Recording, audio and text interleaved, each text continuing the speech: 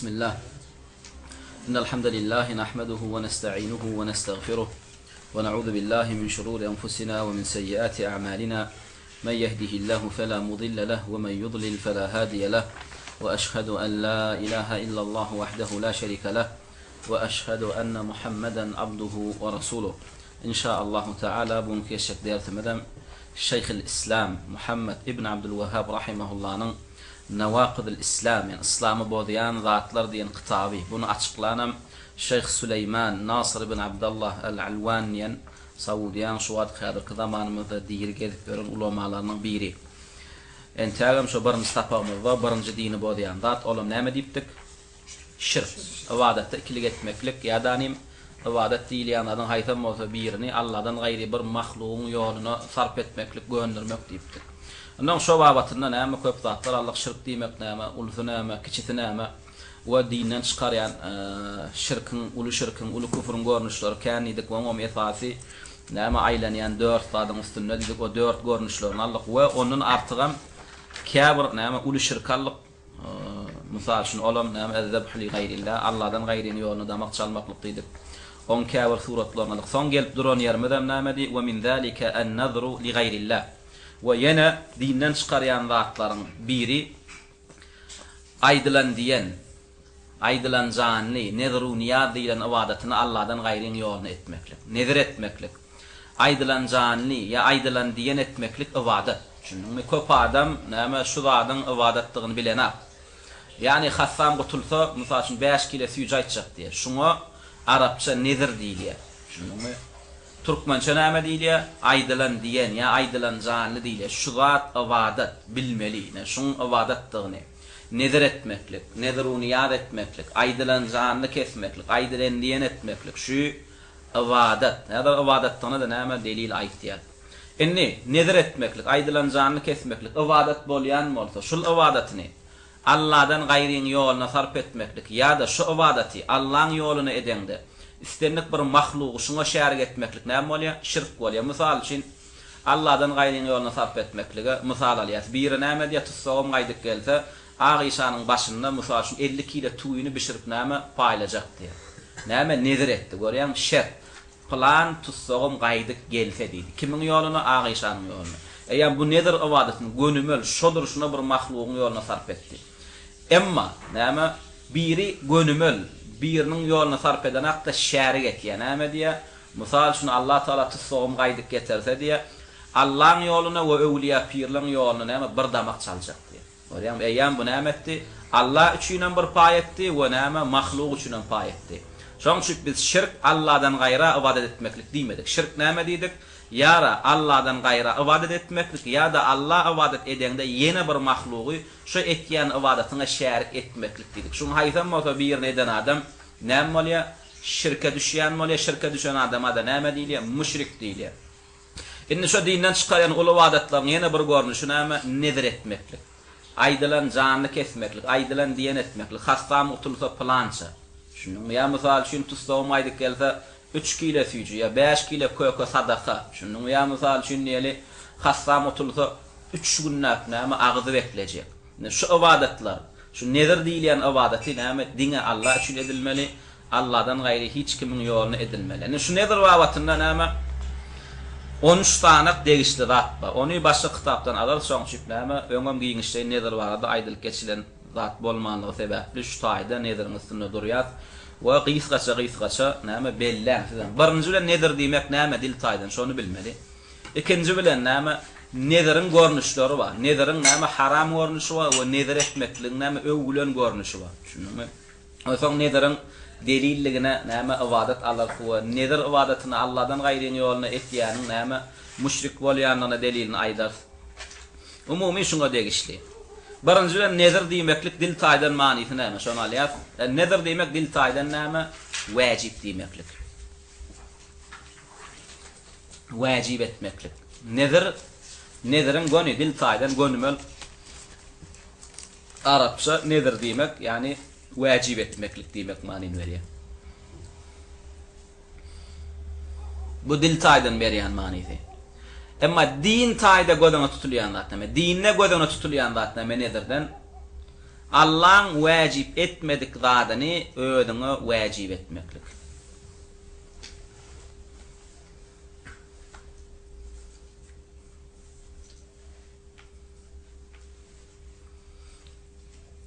Din taydan nedirden gona tutulayan zat näme? Din taydan nedirin manisi näme? Allah'ın vacip etmedik zadını özüne vacip etmeklik. Misal üçün Kur'an hadiste 3 kilo köke vermeli farz varmı? Yok. Ya misal üçün hassan qutulsa bir canlı damak çalmalı farz varmı? Yok. Ya tutsoğun aydık gelse näme 5 kilo süýjü sadaka vermeli zat varmı? Yok. Emma bir adam näme etýär? Şu dinne wajib däl lady özüne wajib etýär. Misal üçün keselliğim qutulsa diýe 5 kilo süýjü diýer. Men boynumy wajib diýer. Görýän Allah tarapyn vacip edilmedik zady özüne vacip etýär. Şu nedirin bu näme din taýdan manysy. Nedir etmekliğin hükmü näme? Bunu alýar. Nedir etmeklik bir halatda näme sünnet bolup durýar. Nedir etmeklik bir halatda haram bolup durýar. Nedirin näme elmadama hükmü, yani sünnet gowwurlýan, öwlýän hükmüni alanak we elmadama nedir haram hükmünü marana. Nedir kâ halatda näme? Müminin alamatı bolup durýar, müminin etýän amallary bolup durýar nedir? Kâ halatda da näme? Nedir etmeklik sana haram bolup durýar. Ende näme hasan nedir etmeklik gowwurlýar we hasan nedir etmeklik erbet görülýär. Nediri şertsiz etmeklik näme gowwurlýar. Yani bu hükmü. Şertsiz nedir etmeklik din tarapdan öwülen. Ve şertsiz niyet etýänlerim Allah Taala öwülen. Şunuňmy? Bu nähilek şertsiz nedir etmeklik? Biri hiç sada bağlamasızdan hassan qutulsa da diýenak. Ya misal şu näme tutsoğum gaýdyk diýenakdan meni öýdi näme has beter hayır edesi gelýär. Şunuňmy? Sadaka, hayır ihsan etmeni hewwesek näme diýe? Men boynuma bir canly farz diýe. Hiç sada niyet edenak. İçinne haslam qutulsun ya tutsoğum gaýdyk gelin o zatlar yok. Ýöne Allah Taala şu janyny ýakynlaşasy gelýär. Bazara barjak diýe näme en gowma janyny men satyna sadaka etjek, nedir etjek diýe. Öýden nedir etdiýen şunu. Buňa halla näme nedir etmeklik gadagançylyk yok İslamda. Gaýtam gowwurlýar şunuňmy. Her bir musulman etsin şunuňmy. Misal üçin her aýda men 5 kilo süýjü näme sadaka etjek, maňa farz diýe şunuňmy. Buňa näme öwlü, buňa ýam sogap diýdi. Sebäpsiň bu näme şertde goýmady. Hassam qutulsa, ya tutsoğum gaýdyk gelse diýmedi. Öýdi şu wajib edilmedigen bolsa, şu amaly özüne wajib edip Allah ýakynlaşat diýär. Şuňa ursat berilen we hatta näme şeýtan mükminler Allah Taala öwülen. Şunuňmy? Ne buňalyk nedir etmekligi näme? İslam ýazgaranak. Belki de şuňalyk nedir etmekligi özüne adet eden adamlar Allah Taala näme öwülýär. Şunuňmy? Hatta müminiň bir näme sypaty sahilýär. Emma haram nedir nähilek bolýar? Ýankylyk şertsiz eden akdanym şerta waglap goýar. Allah Taala men hassamy gutullursa berjek, gutullurmada berjek geldi. Manysy şuda. Eýan Peygamberimiz näme diýär? Bu sadaka bahilden çykarlayan sadaka diýär. Allah Taala sen deňiňde oňa şert eder ýalap. Şunuňmy?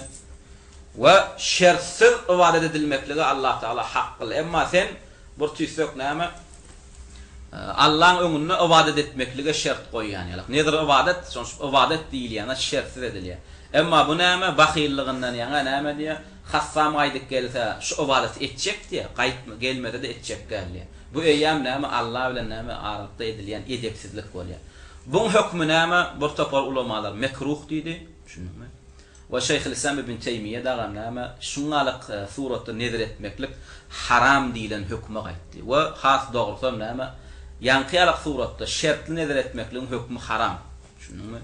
Şerti näme? Hükmü haram. Şoň üçin sen Allah Taala hiç gaçan şert goýup bileňä. Hassan gutulsa gutulmasa da Allah Taala näme? Ibadet edip ýakynlaşmaklygy Allah Taala haqqyl. Inni ýanqy şertli nedirde näme? İki suraty bar. Şunuňmy? Bir adam şuň hükmüni bilmesizden nedir edipdir. Näme diýipdir? Oglum bolsa bir janly diýipdir. Indi bu nedir edilen? Oglum bolly. Indi senden soraýar. plana diye men oğlum olmaka näme aydylan diyen etdim diye. Oğlum bolsa ey Allah, bana oğul bersen bir canlı kesecek deyip bir canını aytdım diye. Şuna sen näme diye fetva vermeli? Sana wajib diýmeli. Sen wajib hökmany sorsa şu aydan canlyny sen kesmeli diýmeli. Ýöne inni gaýdybam şuňalyk şertli nedir etme diýmeli. Düşündiňmi? Inni bu hökmüni bilmesizden edipdir. Ya da bilse de nedir edipdir. Düşündiňmi? Bu näme etmeli? Şu nezirini hökman durmaly. Aydan zadyn yerine getirmeli. Diyen zady näme aydan zady halal bolsa. Düşündiňmi? Aydan zady tagat bolsa, buňa sen hökman etmeli. Mesela üçün oğlum bolsa 3 gün agdy beklejek diýipdir. Oğlum boldy, näme etmeli? Hökman 3 gün agdyn bekleýmeli. Oğlum bolsa bir goýun kesecek diýipdir, hökman şu goýun kesäýmeli. Indi bu nedir aydanyň gurruny? Nedir aydan näme etmeli? Şu diyen zady bolandan soň hökman näme aydan zadyny aydan diýenni hökman etmeli. Emma biri inni soraya etmek üçin oğlum bolsa bir canly kesecek ya bir düýe ýykjak şey diýsem bolýarmy diýen. Näme diýmeli? Bolanok diýmeli. Haram diýmeli. Düşündiňmi? Nedir edesin gelse et ýöne şertsiz. Ey Allah'ım sen üçin bir düýe ýykjak diýip. Düşündiňmi? O sen hakynda öwlenýän häsiýet, müminin sypaty diýip. Emma şert etjek bolsaň bolanok diýmeli. Düşündiňmi? Ýa-ni haram suratyndaky nedir? Edilen soň näme?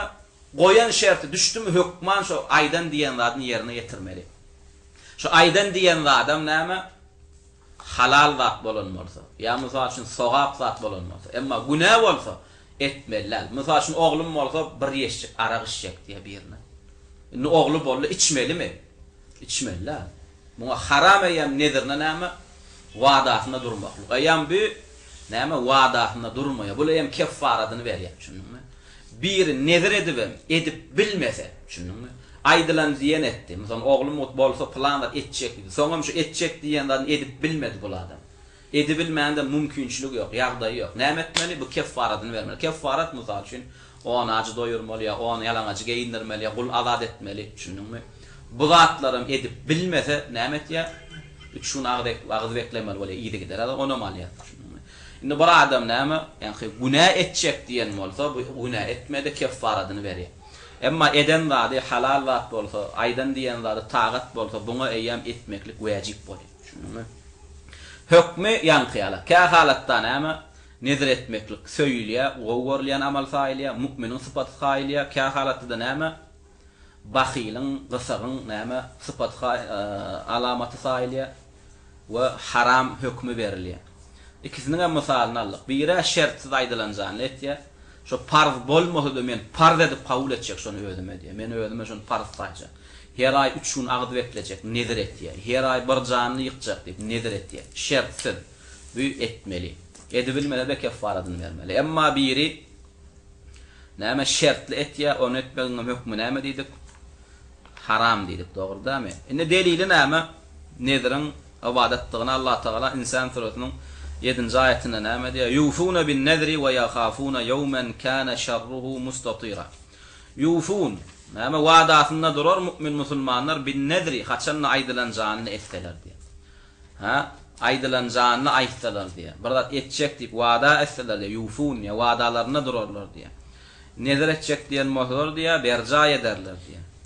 Ve yakhafuna yawman kana sharruhu mustatira. Näme üçin mümin näme öz-özünden her türlü tagatlar bilen Allah'a ýakynlaşýar. We hatda farz bolmadyk zatlarym öz boýuna farz edip nedir etýär. Desem olar gorkýarlar diýär näme? Şeri erbetligi gorkusy kän günden. Olam kıyamat gün. Desem mükmin musulman adam kıyamatdan gorkýar, dowdakdan gorkýar. Şoňa Allah duşak gününde näme köp tagatlar bilen sogaplar bilen duşasy gelýär. Allah Taala şoňa şu aýatda nedir aydan düşünüňmi? Bir ibadat etjek diýip näme ya bir janyny soýjak diýip wada eden adam wadasyna durýar diýip öwýär. Düşünüňmi? Ýani bu ýani şertsiz aýdylýan näme? Wadan gurruny.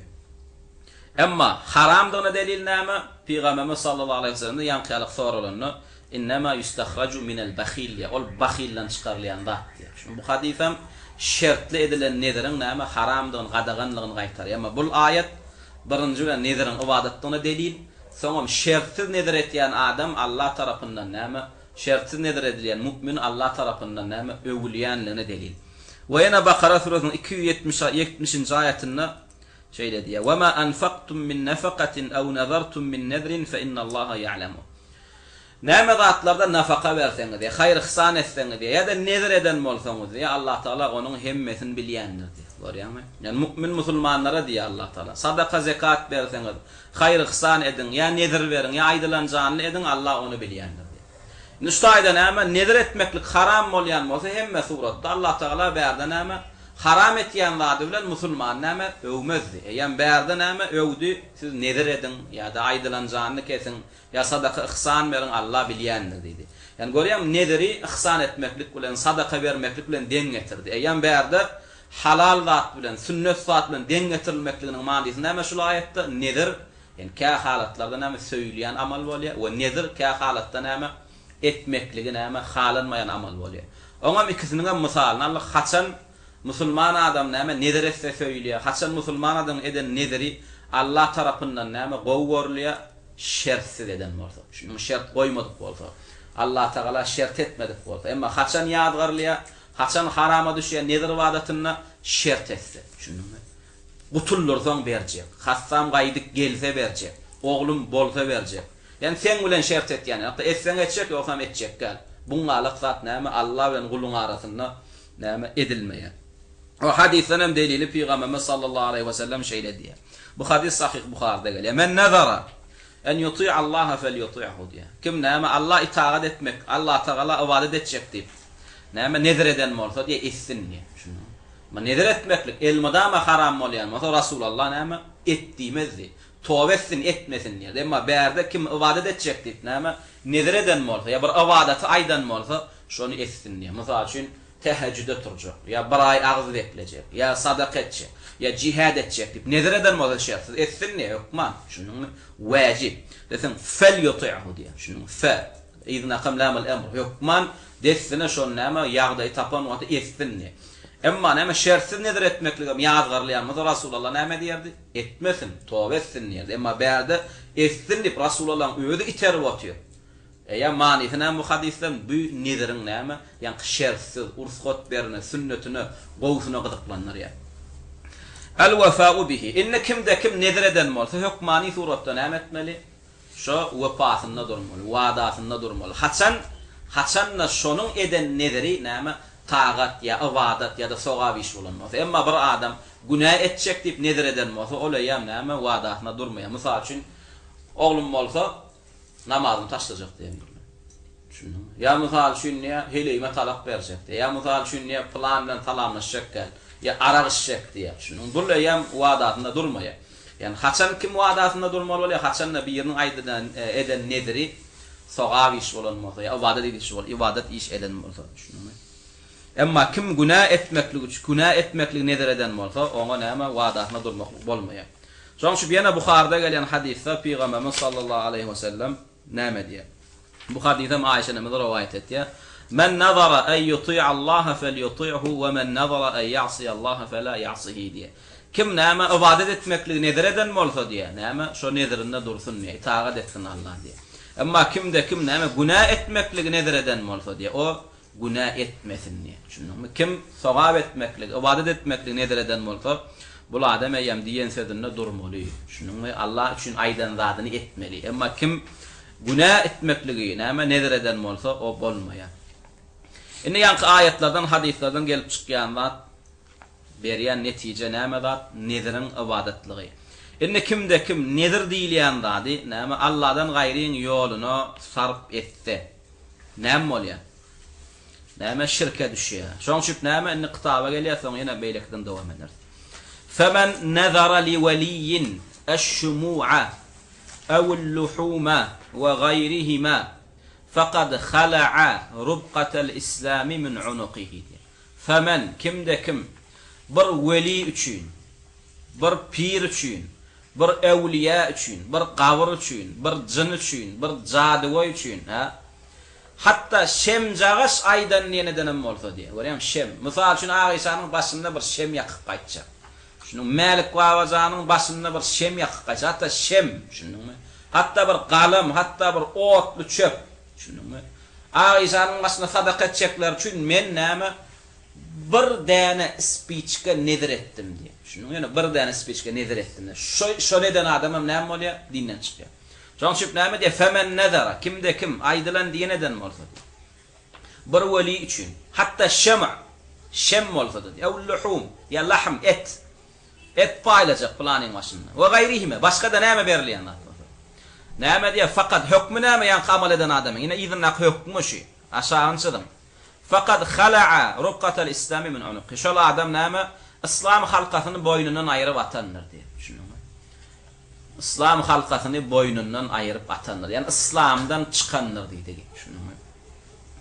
Sonra inna aşağı tetrem sebebini aytdı. Nem için yan amal eden İslam'dan çıkıyor? Li'ennehu sebebi diye la yecuzun nezru illa lillah. Yani aydılan canlı Allah'dan gayrin yolunu aytmaklık bolunu. Nem için bolunu? Ve sarfuhu li gayrillahi munaqidun lima ba'athallahu bihi Muhammeden sallallahu aleyhi ve sellem. Sebep diysen diye ama nedir ibadetin Allah'dan gayrin yoluna sarf etmeklik diye Muhammed sallallahu aleyhi ve sellemin getiren dinine munaqid diye karşı gitmeklik diye.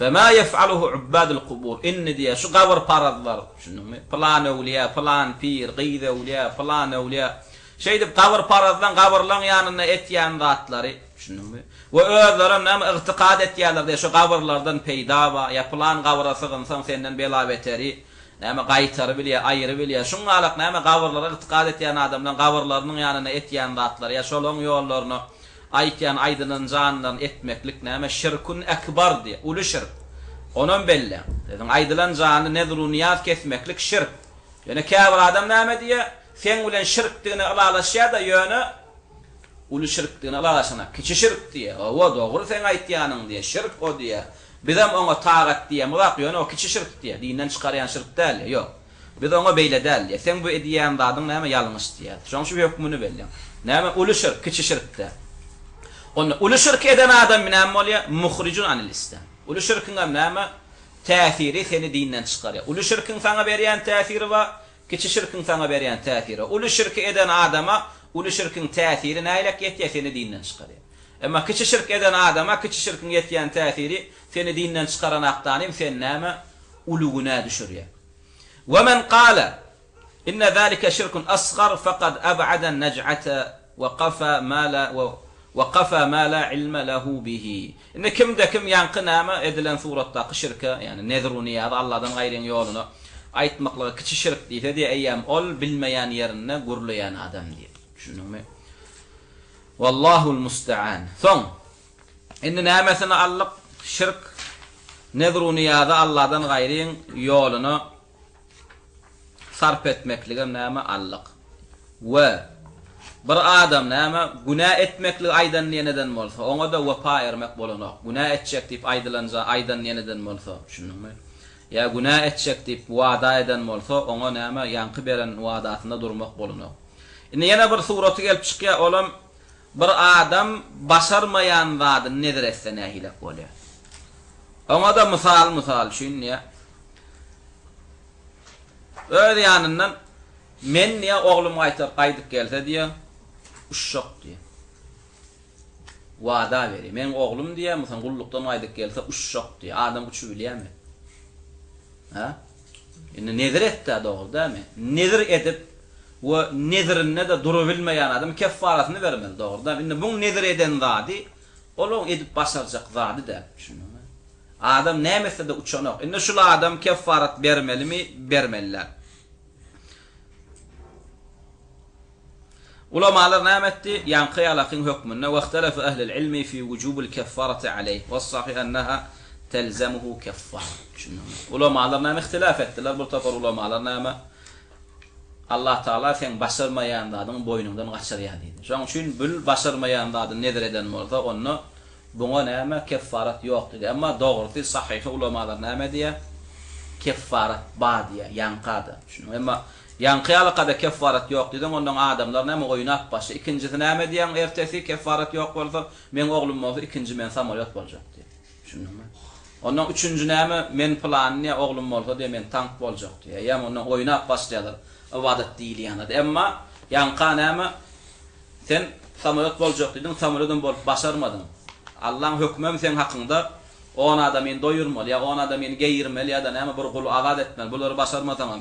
3 gün agdyň beklemelisen, innekile näme men samolyot boljak ya uçak diýmeýär. Şunuňmy? Ýankyýalyk surat eden adam näme başarmaýanda nedir eden adam näme bolýar?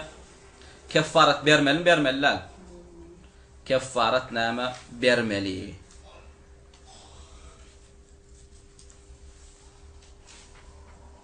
Inni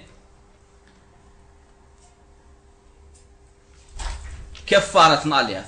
Ondan nedire degişlaryny uktorýar. Kefaret näme etmeli? Peygamberimiz sallallahu aleyhi ve sellem aýtdy. Kefaretun nedri kefaratu yemini. Bir adam qasam içýär. Qasam edebilmedi, qasam edip qasam içen adam edebilmedi adam näme kefaret bermeli bolsa, nedir aýdybam näme nedirinde dur bilmedi adam şo qasamyň nedirini bermeli.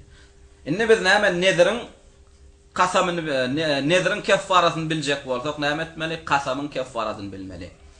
Ondan qasamyň kefareti näme? Bir adam üstadyň arasynda saýladylýar. Üstadyň haýtam moda birini etdiýär.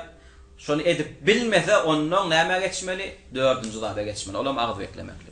Birinjisi 10 adam doýurmak. 10 adam ya da 10 adam geyindirmek ya da bir gulak etmeklik. Bir adam aýdylan jannetdi. Dogry dämi? Oglum bolsa bir janny berjek diýdi we ogly bollu bir jandan bermedi. Ýagdaý bolubam. Indi şu wadatyna durdumy, durmady. Durmady. Näme etmeli şu adam? Saýla diýär. Şu üçin haýsam bolsa birini edebilýän bolsa etdiýär. 10 adam doýur, ya 10 adam ýalaňaçy, ya da 10 ýalaňaçy geyinler, ya da bir gulu agad et. Haýsyny başarsan etdiýär. Indi bu näme şuň içinden edip bilenak. Ajam doýur bilenak, 10 ajam doýurup bilenak, ya 10 ýalaňaçy geyindirip bilenak, ya gulu agad edip bilenak. Onda näme etmeli bolýar?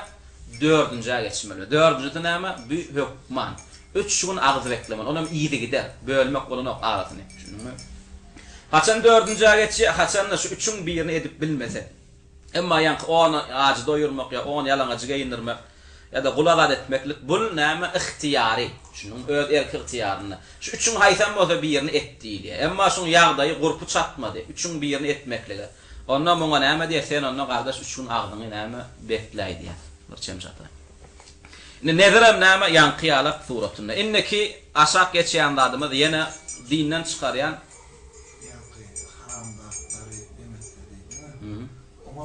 wa kefaret ýanky. Eýer onu etmek bolany haramlar. Mysal üçin oglum bolsa arak içjek diýdi. Eýer bu näme etdi? Arak içmeýe öne kefaret bermeli bolýar. Hukma. Ýanky üçün birini etmeli, üçün birini edebilmese de näme üçün agyz beklemeli. Indi ýene näme dinden çykarýan zatlaryň biri el-isti'aza wal-istigasa. Isti'aza näme? Pena soramak. Gorkýan zadyňdan goramaklygy pena soramak. Istigasa näme? Qıssananda kömek soramak. Bir adam näme? Ýöne öýüň oturýar, kömege mätäç bolýar. Mysal üçin saňa jaň etýär gel. Mysal üçin bir näme sanlyk götürüşdi. Kömek soraýar. Buňa umumy näme? Qıssagysyz talap edilýän kömege näme isti'ana diýilýär. Emma bir adam qıssananda soraýan kömegini arab dilinde istigasa diýilýär. Olam bir garq bolup durýar sen çagyrýar. Elini berdik gyýry. Şunuňmy bu qıssananda garq boljak bolup durýar senden soraýar kömegi. Buňalyk soraga näme? Ýani qıssanan ýagdaýynda soralýan kömege istigasa diýilýär. Bu zatlar etmegen näme? Uly şirk bolýar. Ýani bir adam gorkýan zadyndan goramaklygy kimden soramaly? Allahdan soramaly. Näme? Ýa-da qıssananda kimden kömek soramaly? Allahdan soramaly. Emma bir adam näme? Bir zatdan gorkanny näme öwliýalar, pirler çagyrsa, siz meni goran, bela beterden. Ya yer titrenni näme Allahdan kömek soraman, ya yer titremeklik belasyndan, ya suw belasyndan, ot belasyndan meni gora dip Allah sığınmaklygyny deregine öwliýa pirleň ýolyna sığınsa. Ya qıssananda Allahdan kömek soraman deregine öwliýalardan, pirlerden sorasa bu adamym dinden çykýar. Näme üçin? Sebäp diýdim bizde näme? Gorkýan zadyňdan goranmaklyk üçin bir zada sığınmaklyk ibadat. Düşündiňmi? Ýöne sen gorkýan zadyňdan goranmaklyk üçin kime sığınmaly? Allah sığınmaly. Allahdan başga hiç bir zada sana sığınmaklyk bolanok. Düşündiňmi? Edil şoňaly qıssananda kömek soramaklygym ibadat. Onda ibadat bolýarmasa bir adam qıssananda yetişdik. Dine kimi çağırmalı? Allah'ın çağırmalı. Şoň üçin gyssananda kömek soramaklyk ibadet bolýan bolsa, we bir zatdan gorkanda näme gory diýip bir zada sygynmaklyga ibadet bolýan bolsa, onu o ibadeti Allah'dan gaýryň ýoluna sarp etmeklik näme bolýar? Şirk bolýar. Inne näme şirkin ikinji gornuşy olam näme? Eş-şirkun asgar. Kiçi şirk. Taýip, kiçi şirk eden näme? Ve sahibuhu diye in laqiya Allah bihi fehuve tahta al-meşi'ati alal qawli sahih inşaallah afa anhu ve adkhalahu'l cenne ve in şa'a azzabahu velakin ma'aluhu ila'l cenneti. لأن الشرك الأصغر لا يخلد صاحبه في النار ولكنه معرض للوعيد فيجب الحذر منه diye. Emma kim diye ulu şirk etmen, kiçi şirk edip ölse diye. O Allah Teala'nın istek iradesinin aslında diye bu adam. Allah Teala eğer istese diye rahmeti bilen onu bağışlaya, cennete salya diye. Emma Allah Teala adılına tutsa onu eden günahına göre azap veriyor. Yöne iruğuç onun barmalı yer cennet. Velakin mealuhu yöne iruğuç meali barcak yer cennet. Nem için sebep deysen kiçi şirki eden adam ömürlük doğdukta kaldırlana. Kiçi şirkem näme ulu günahlan hatarına giriyor. Ve ehl-i sünnet vel cemaatın itiqadında da ulu günah eden adam kafir değil. Ama havariç tekfirlen itiqadında ulu günah eden kafir. Şunun ina köpülen havariçler bilen ehl-i sünnet vel cemaati ina şu ulu günah eden adamın hakkında näme ara tapawdun bilip. Havariç tekfirler näme diye ulu günah eden adama kafir diye. Ehl-i sünnet vel cemaat näme diye ulu günah eden adama fasık diye, kafir diye, Müslüman yana fasık diye. Ve şu meselede ehl-i sünnet vel cemaatın murci'elerin ara tapawdyny bilip bolýar. Murci'eler näme? Mu'min. Uluna edenen mu'min, kamilil iman, imanam kamil diýerler.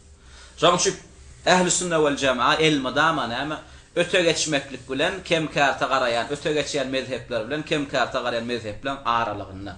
Zaten hak elmadama aramlyk bolýar. Uluna eden adama havariçler kafiram diýmedi we uluna eden adama murci'eler ýaly mu'minam diýmedi. Şoň şu bir näme diýär?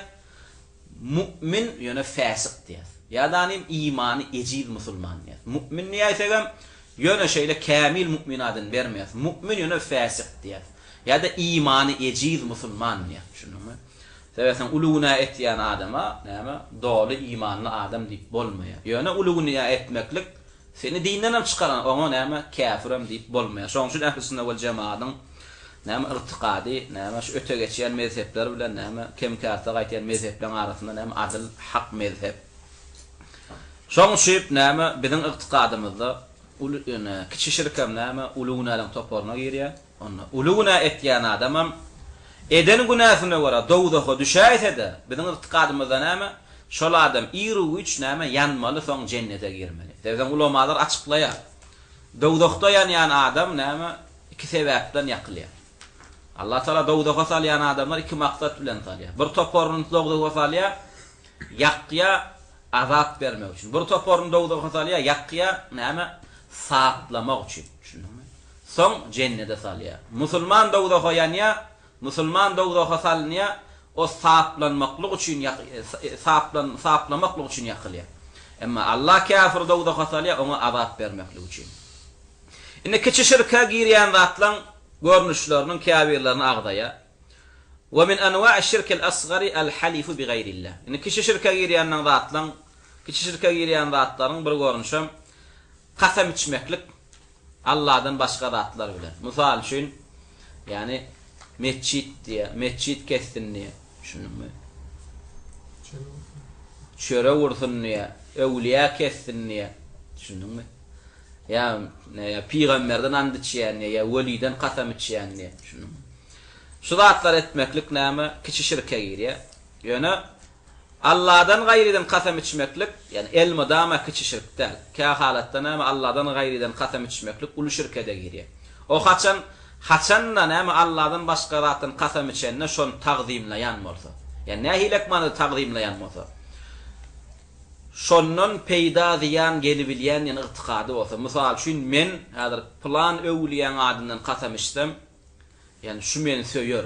Ya plan öwliýän adyndan kasam içdim, yani yalan kasam içdim. Şu maňa ziyan ýetirip biläýmesin diýen düşünjede kasam içýär. Bu müşrik bolýar, uly şirk bolýar. Emma bir näme itiqadyna wagtlar ýokdan ýöne dik goýar, diline dik, dilin ucunna diýär. Şunu mysal awliya kessin. Ya mysal şu näme peýgamberden andyçýan. Şunu ya perişlerden andyçýan ýöne diline diýilen zat ýa. Ýüreginde ýanqyýalyk näme qasam içilýän zatlyň gizliň saňa haýyrdan ziýanyň bir berýän täsiri bar. O düşünjede däme diliniň ucundan qasam içýär. Bunda kim bolýar?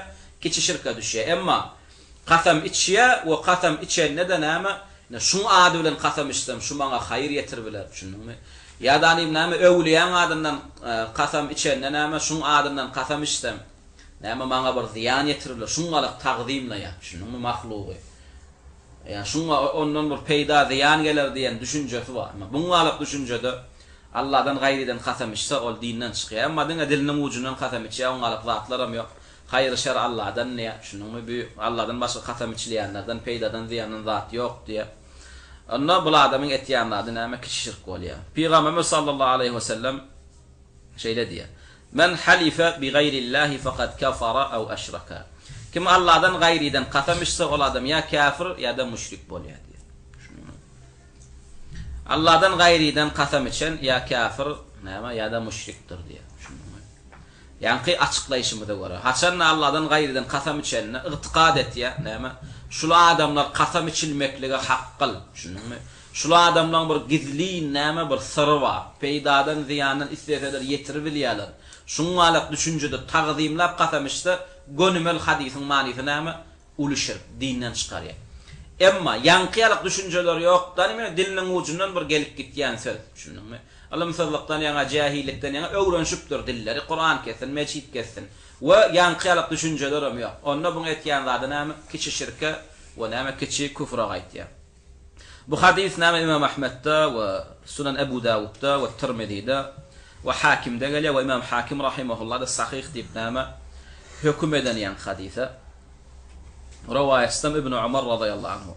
Ve ýene kiçi şirke girýän zatlar ka halatda iyil göz üçin ibadet etmeklik. Yesirur riya yani ka halatda iyil göz üçin näme? Riya iyil göz üçin ibadet etmeklik. Ýa-danym lil hal iyil üçin näme? Özüňi gowwar közjek bolmak. Şunu ka halatda näme? Ibadetyňa riya girmeklik ýa-danym iyil üçin bir tüýsek näme? Ahlagyny gözelleşdirjek bolmak ýa iyil üçin bir tüýsek gowy görünjek bolmak. Şunka halatda şuňalyk zatlar näme etmeklik näme kiçiriýär bolýar.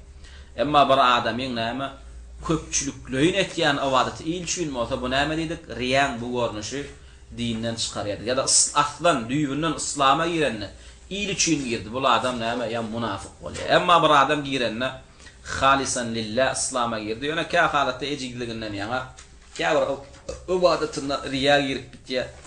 Şunuň ya da ka halatda bir tüýsek ilim göz üçin bir tüýsek ibadetini bezäp goýberýär ýa bir ahlagyny düzeden bolup goýberýär ilim göz üçin. Bu adamlar näme etýän zady günä ýöne dinden çykarana. Peygamber sallallahu aleyhi we sellem näme aýtdy? Akhwafu ma akhafu aleykum ash-shirk al-asghar. Görýärmi? Şu hadisin hem gönümel manysy aýdyp otýar. Näme şirkin ka bölünýän, ulu şirk we kiçi şirk we. Bu ödem kiçi şirkden Rasulullah'ın gözüne tutýan zadyň hem riýa digine görýän. Onu şuýda kiçi şirkden Rasulullah'ın gözüne tutýan da riýa bolsa, hem riýaň hem nämesi bar? İki görnüşi bar, dinden çykarýan we dinden çykarmaýan bar. Näme men size iň gorkýan zadym diýe kiçi şirk diýe. Siziň näme köpüýüňiziň edersiňiz diýip gorkýan zadym diýe kiçi şirk diýe. Fasuila anhu diýe.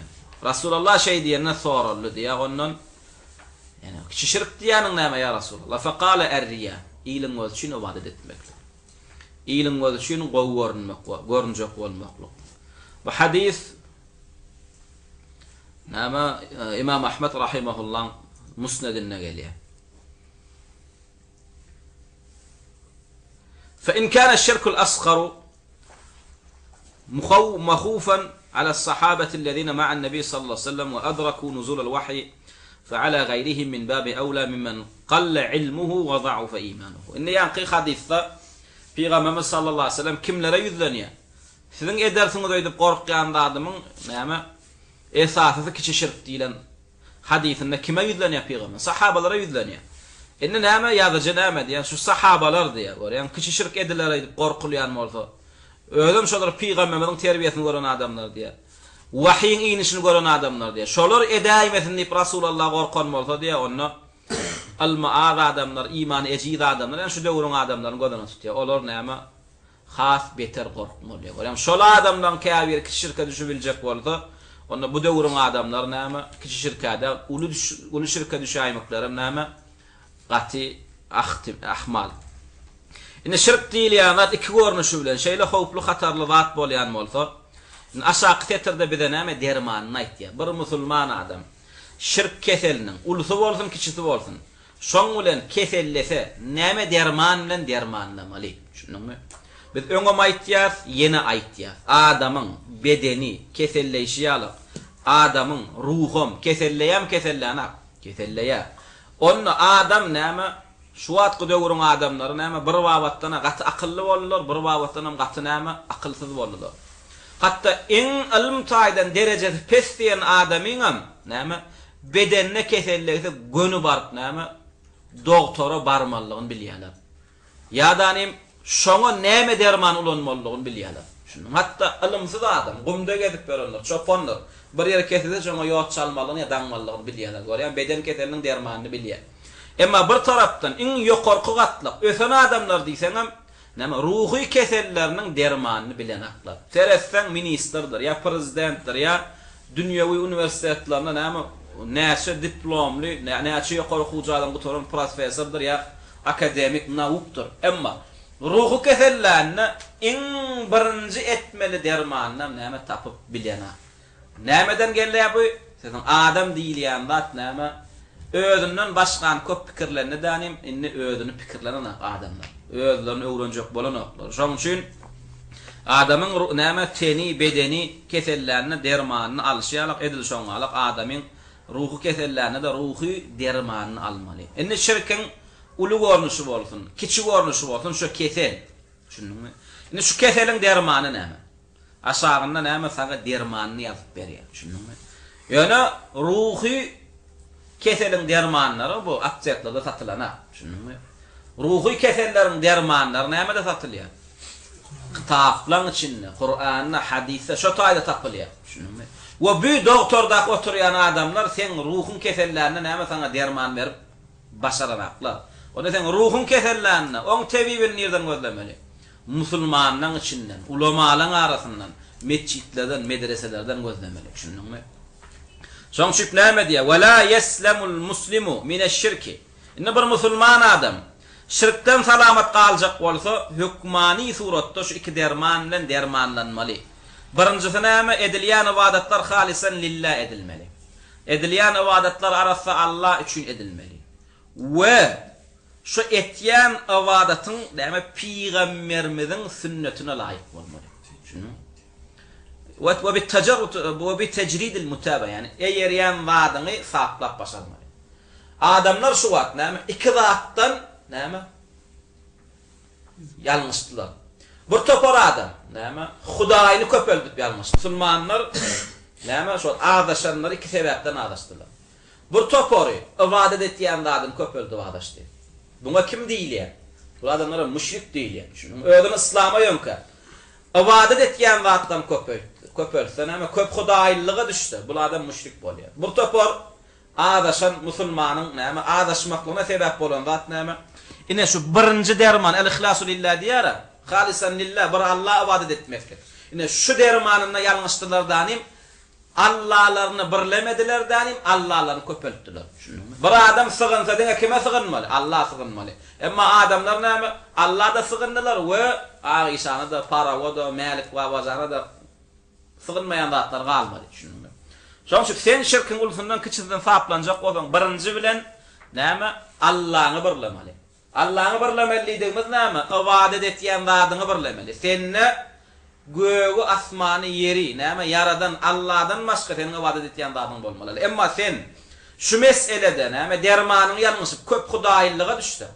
Senin näme hajatyň soraýan zatlan köpeli berse. Şunuňmy senin gyslarynda çagyrýan zatlan köpeli berse, ýam sen dinden çykýan. Şunuňmy? Allah we Dawud we dört şaryar Aýşan, Ewliya, peşler çagyryp bersen, ýam sen işiň aýtýan. Şoň üçin indi bir musulman ya uly şirk, kiçi şirk ketelinden saplanjak bolsa, ol saplan bilmeýär şu iki derman bilen dermandan ýanşady. Birinji derman näme? El-ihlasu lillah. Ibadet etýän zadyny birläp başarmaklyk. Yani bu diýdigi sen ýekeje zada ibadet etmeli.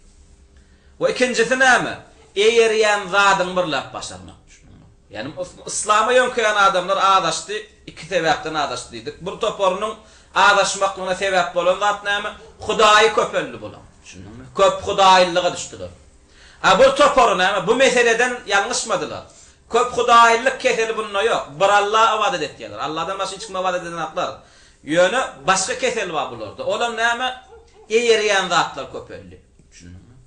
Biri näme? Pire eýerýär. Biri sopa eýerýär. Biri Hanefi mezhebine eğriye. Biri Maliki, biri Şafii, biri ol bul eğirmeyen zady kalmadı. Ama Peygambere gedip kalanna Peygambere eğirip başaranaklar. Eğerse eğrayselerem käbir adamlaryny eğirmekde Peygamberle denk tutýarlar. Sen näme şu ibadetiňe näme durus boljak bolsa, şirkin ulusundan kiçinden saklanjak bolsam, sen eğerýän zadyňa bir bolmaly. Olam kim? Rasulullah bolmaly. Muhammed sallallahu aleyhi ve sellem bolmaly. İbadetten näme sen Peygamberi näme eýerjek bolsaň, sen Peygamberden etýän ibadetlerini näme şu Peygamberiň edişiýalyk etmeli. Namazy oku, Peygamber näil okan bolsa. Hajat Peygamber näil eden bolsa. Gyssalanda çağır, Peygamber kimi çağıran bolsa. Şunuňmy? Bir zatdan gorkanda meni gora diýip näme? Sygyn Peygamber kime sygynan bolsa. Şunuňmy? Peygamberimiz ejizlerine kimden kömek soran bolsa sen şondan sor. Şunuňmy?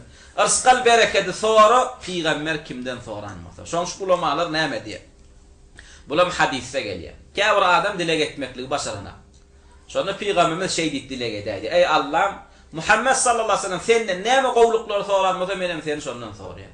Ve ey Allah'ım, şu Peygamberimiz senden näme yamanlyklardan meni sakla diýip dilek eden bolsa menem şu Peygamberiň meni gora diýen zatlarynyň goramaklygy dileýän. En gow dilekler biri. Demek Peygamberimiz en gow zatlar sonra başaran we Peygamberimiz en gorkmaly zatlardan näme ägelenip şu zatlardan meni gora diýip Allah en gözel suratda näme sygynyp başaran adam. Peygamberimiz sallallahu aleyhi şu käbir adam näme dileýän, nämeden gora diýip näme Allahdan soraýan. Bu näme gözel şekilde Allah bilen guruluşyp dilek edip bilmeýän bolsa gysgaça ey Allah, Peygamberimizin hemme soran gowluklaryny menem soraýan.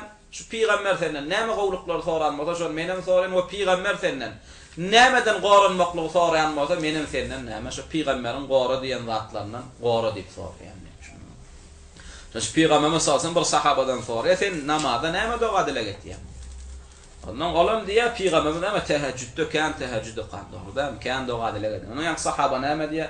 Ya Rasulullah men sen bilen diýär Muazyň edişýärlige dilek etip başaramak diýär.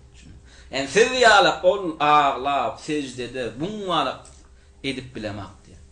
Ona Peygamberimiz bolýar, sen näme dilek etýäniň bar aýt diýär. Bunam gysgaça ya Rasulullah şey diýen, ey Allah'ım cennetiňden dowdagyňdan gora diýen. Ne gysgaça ýanky sahabaň dilegi şeýleken. Ey Allah'ım cennetiňi ber dowdagyňdan gora diýen eken.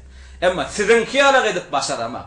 Onu pikir etýän eken Peygamberimiz ağlap dilek etsen kän wagtlar soraýdy. Şonda Peygamberimiz ýanky gysgaça dilegini eşitene ýylgyrýada näme diýär? Men bilen Muazam şu sen doga dilek eden zadyň daşyndan aýlanýar. Başga biziň dileýän zadymyz ýok diýär. Biziň bar dileýän zadymyz Allah'ın cenneti bilen dowdagyňdan goramak diýär. Şunuňmy? Soň şu käbir am adamlar düşündiňmi? Yani amlygyndan, sadalygyndan ýaňa yani Allah babatyndan hem ilm almaly bir üýt göşük zatlar bilmendir diýär. Doga dilek etmeli, üýt göşük zatlar etmelir diýär. Ýok. Yani ýanky dogalarym näme? Üýt göşük näme dogalar. Yani gysgaça Peygamberiň eden dogalar. Yani ey Allah maňa jennetini ber. Menden razy bol we meni dowdagyňdan we seniň gadabyň geljek näme amallardan gorany gysgaça iki agysta. We en gözel dogalar näme? En gow soralan zatlaryň içinden ýa. Bir musulman näme Allah'ın razylygyny gadam jennete düşürilse we Allah'ın gadaby injek amallardan saklan dowdagyňdan goranyr. Ondan aňarda bagyt ýok. Şunuňmy? Şoň şu her bir musulman näme şirkden, küfürden, ulusundan kiçitinden we bidgatdan saplanjak bolsa näme her bir etýän ibadetlerini arasynda Allah üçin etmeli we Allah üçin etýän ibadetlerini Peygamberiň edişýärlik etmeli. Şoň şu ulamalar näme tawhid iki bölýär. Şunuňmy? Käbir ulamalar tawhidi üçe bölýär, dogry dämi? Käbir ulamalar tawhid iki bölýär. Käbir ulamalar tawhidi 4'e bölýär. Şulan hemmeten bir zat. Şulan hemmeten bir zat. Ýöne käbiri iki bölýär, şu ikiň biriniň içinde de 3 bölek etýär. Şu iki bölýänden näme ulamalar da tawhid iki bölek diýär. Bir tawhid Allah'ın hakkında edilmeli, bir tawhid Peygamberin hakkında edilmeli. Allah'ın hakkında edilmeli tawhidin 3 görnüşi var yani. Olam näme birincisi Allah'ni Rablygyny birlemek, ikincisi Allah'ni ilahligini birlemek, üçüncüsi Allah'ın atlaryna, sıfatlaryna birlemek. Açıkladık we näçe bolla Allah'a wagtyny edilmeli tawhid 3. We bir tawhidden Peygamberin hakkında edilmeli. Peygamberin hakkında edilmeli tawhid näme? Eýermekde. Oňa näme diýilýär? Tawhid el-ittiba' diýilýär. Sen yeketek eýerýäniň görülen, ibadet etmeklikde nusxa tutýanyň kim bolmaly? Rasulullah bolmaly. Şunu sen Rasulullahny ibadet etmeklikde özüňe görülen tutýan bolsaň, ibadetini şu Rasulullah'ın edişýalyk, şoň nusxasyny, şoň edişýalyk etsen, eýem sen Peygamberin hakkında edilmeli tawhidem ýerine ýetiren adam. Şoň üçin bir adam näme özüne şu düzgünü goýup bilse, ol adam hiç kaçan ibadetde şirke, bidgata düşmeýär. Olam ibadet diýilýän zat, diňe Allah üçin etse we Allah üçin etýän ibadetinem şu Peygamberin edişýalyk etse, bu adam hakyky sünni Allah'ın ibadette birleýän musulman. Kıyın adamlar iki sancakta. İstenlik bir etýän ibadetinde näme iki sancaklardy bilýän. Birinji bilen şu etýän ibadetini Allah üçin etmeli. Ikinji bilen hem şu ibadeti Peygamberin edişýalyk etmeli. Sen bize ibadeti öwreden kim? Peygamber.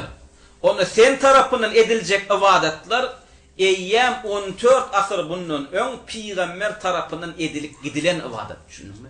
Men şu ibadeti nähilek estemkem diýilen zat goýulmady. Düşündiňmi? Hemmesini aýdyp geçiren. Jon şu Peygamberimiz näme hudu anni manasikakum diýen. Menden alan ibadetlerinizi diýen. Başga bir hadisde sallu kema ra'aytumuni usalli. Men nähil namaz hoşum görseňiz şoňalyk namaz okan diýen. Düşündiňmi? Şoň üçin her bir musulman şirkin ulsundan keçetinden we näme bidgatyň näme zaharinden keselinden saplanjak bolsa hukmany surat iki derman bilen dermanlanmaly. Birinji derman näme Hudaýlaryny näme etmeli? Taşlamaly. Seniň ýanynda yekeje ibadet edilýän zat bir Allah bolmaly. İkincisi eýerýän zatlaryň näme aýyrmaly. Peygamberden başga seniň görüle tutýanyň näme eýerýäniň bolmaly. Niye aşağı düşüyor? ولما ذكر العلامة ابن القيم رحمه الله شرك عباد الشمس والقمر وعباد النار وغيرهم قال وأما الشرك في العبادة فهو أسهل من هذا الشرك وأخف أمرا فإنه يصدر ممن يعتقد أنه لا إله إلا الله وأنه لا يضر ولا ينفع ولا يعطي ولا يمنع إلا الله وأنه لا إله غيره ولا رب سواه ولكن لا يخص الله في معاملته وعبوديته بل يعمل لحظ نفسه تارة ولطلب الدنيا تارة ولطلب الرفعة والمنزلة والجاه عند الخلق تارة فلله من عمله وسعيه نصيب ولنفسه وحظه وهواه نصيب وللشيطان نصيب وللخلق نصيب وهذا حال أكثر الناس. شيخ الإسلام ابن القيم رحمه الله yani kiçiriye ibadette giyir yani kiçiriye bilen näme güne, aya, oda we başga da käbir mahlukatlara näme ibadet etýän adamlaň günäsi bilen ýanky kiçi şirkin günäsini deňeşdiren näme diýe? Yani bun günäsi güne çokunmaklyk günäden pessi. Käw wagt näme riýa gelip gitmeklik näme?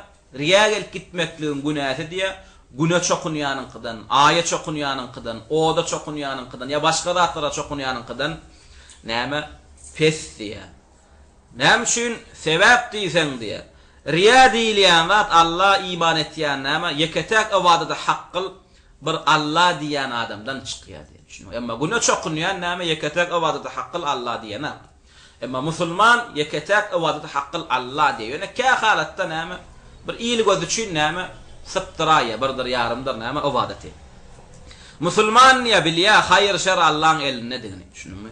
Berýän Allah'ın bir Allah'dygyny, berýäniň alýanyň bir Allah'dygyny bilýär diýe. We Allah'dan başga näme hiç bir zada ibadet etmekligiň bolmaýanlygyny bilýär diýe. Yeketek ibadetli haqqyl bir Rabbil alaminligiň bilýär diýe düşünür. Emma ýöne käbir adam diýen, näme käbir ýanky musulman adamdan käbir diýe muameletihi ýani adamlar bilen etýän gatnaşygyna ya käbir etýän ibadetlerini iyiliň göz üçin sıptyraýar diýe. Şunu kä halatda näme Bağışlamaklyk gowy alamatdan dogry da. Käwat bir iliň öz üçin gowy diýdirmeklik üçin bağışlap goýýar bir ýerine. Şunuňmy?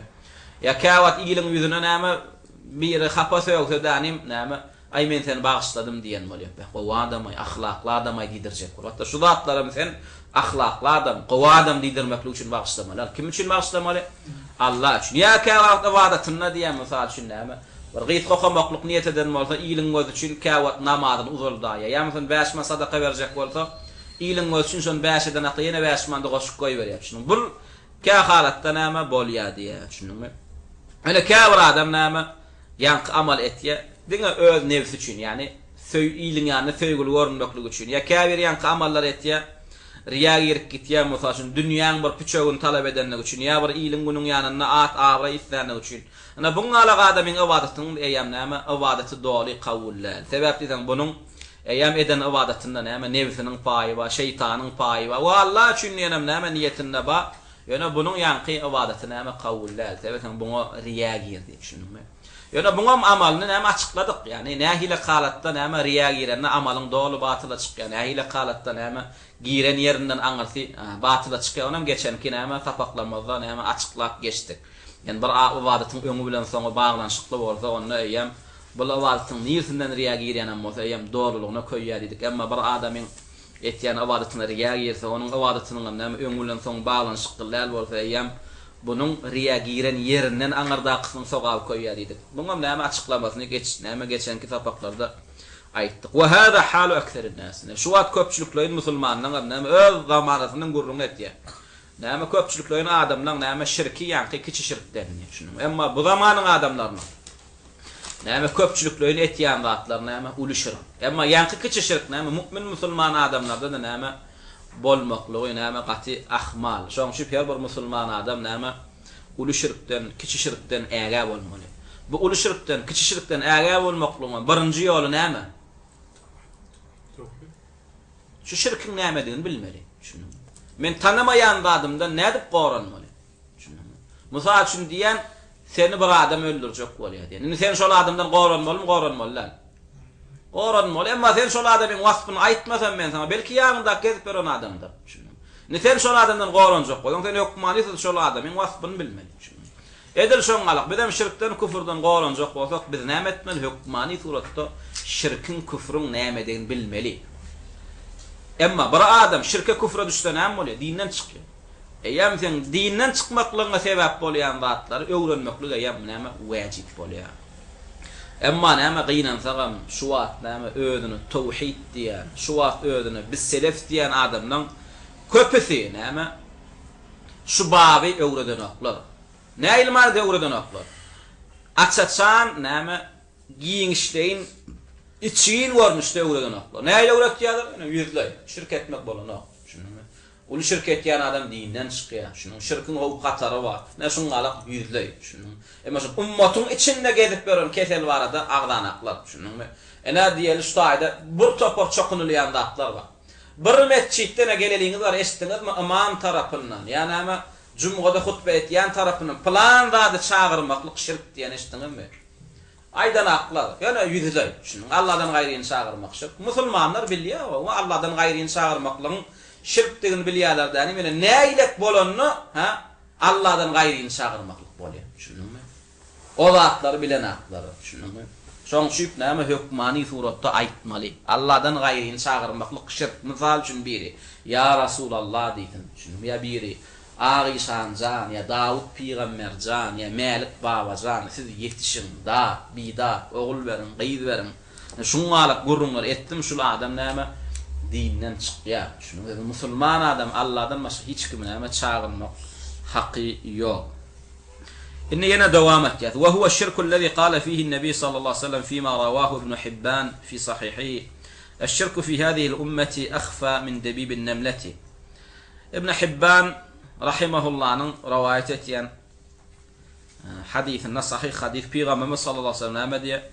Şu ummatda diýär kiçi şirk diýär näme?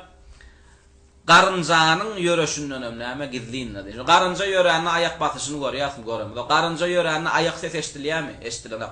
Edil şoňalyk kiçi şirkem gaty gizliňde diýär. Yani nädip düşenini bilip bolano. Şunuňmy? Yani riya diýilýän zat näme gaty goranma hukyny nädip riyan gelip gidenni käwat näme adam bilmän galy. Ondan şuňalyk näme bir bilinmesi kıyın zat, duýmasy kıyın zat bolýan bolsa bir riýanyň. Soradylar diýär sahabalara. Keyfe nanju minhu ya Rasulullah? Nädip biz gutulmaly? Nädip goranmaly biz bu kiçi şirkden riýadan? Şonu Peygamberimiz näme şu dilege öwretdi, şu dilege edin diýär. Kän şu dilege edin diýär. Olam näme? Allahumma inni a'udhu bika an ushrika bika wa ana a'lam wa astaghfiruka lima la a'lamu. Şey diýdi, ey Allah'ım, men senden penah sorayan, meni goramaklygy, an ushrika bika wa ana a'lam. Bilip durup sana şirk etmekligi we näme bilmän edenimden näme meni bagışlamaklygy diýip düşünme.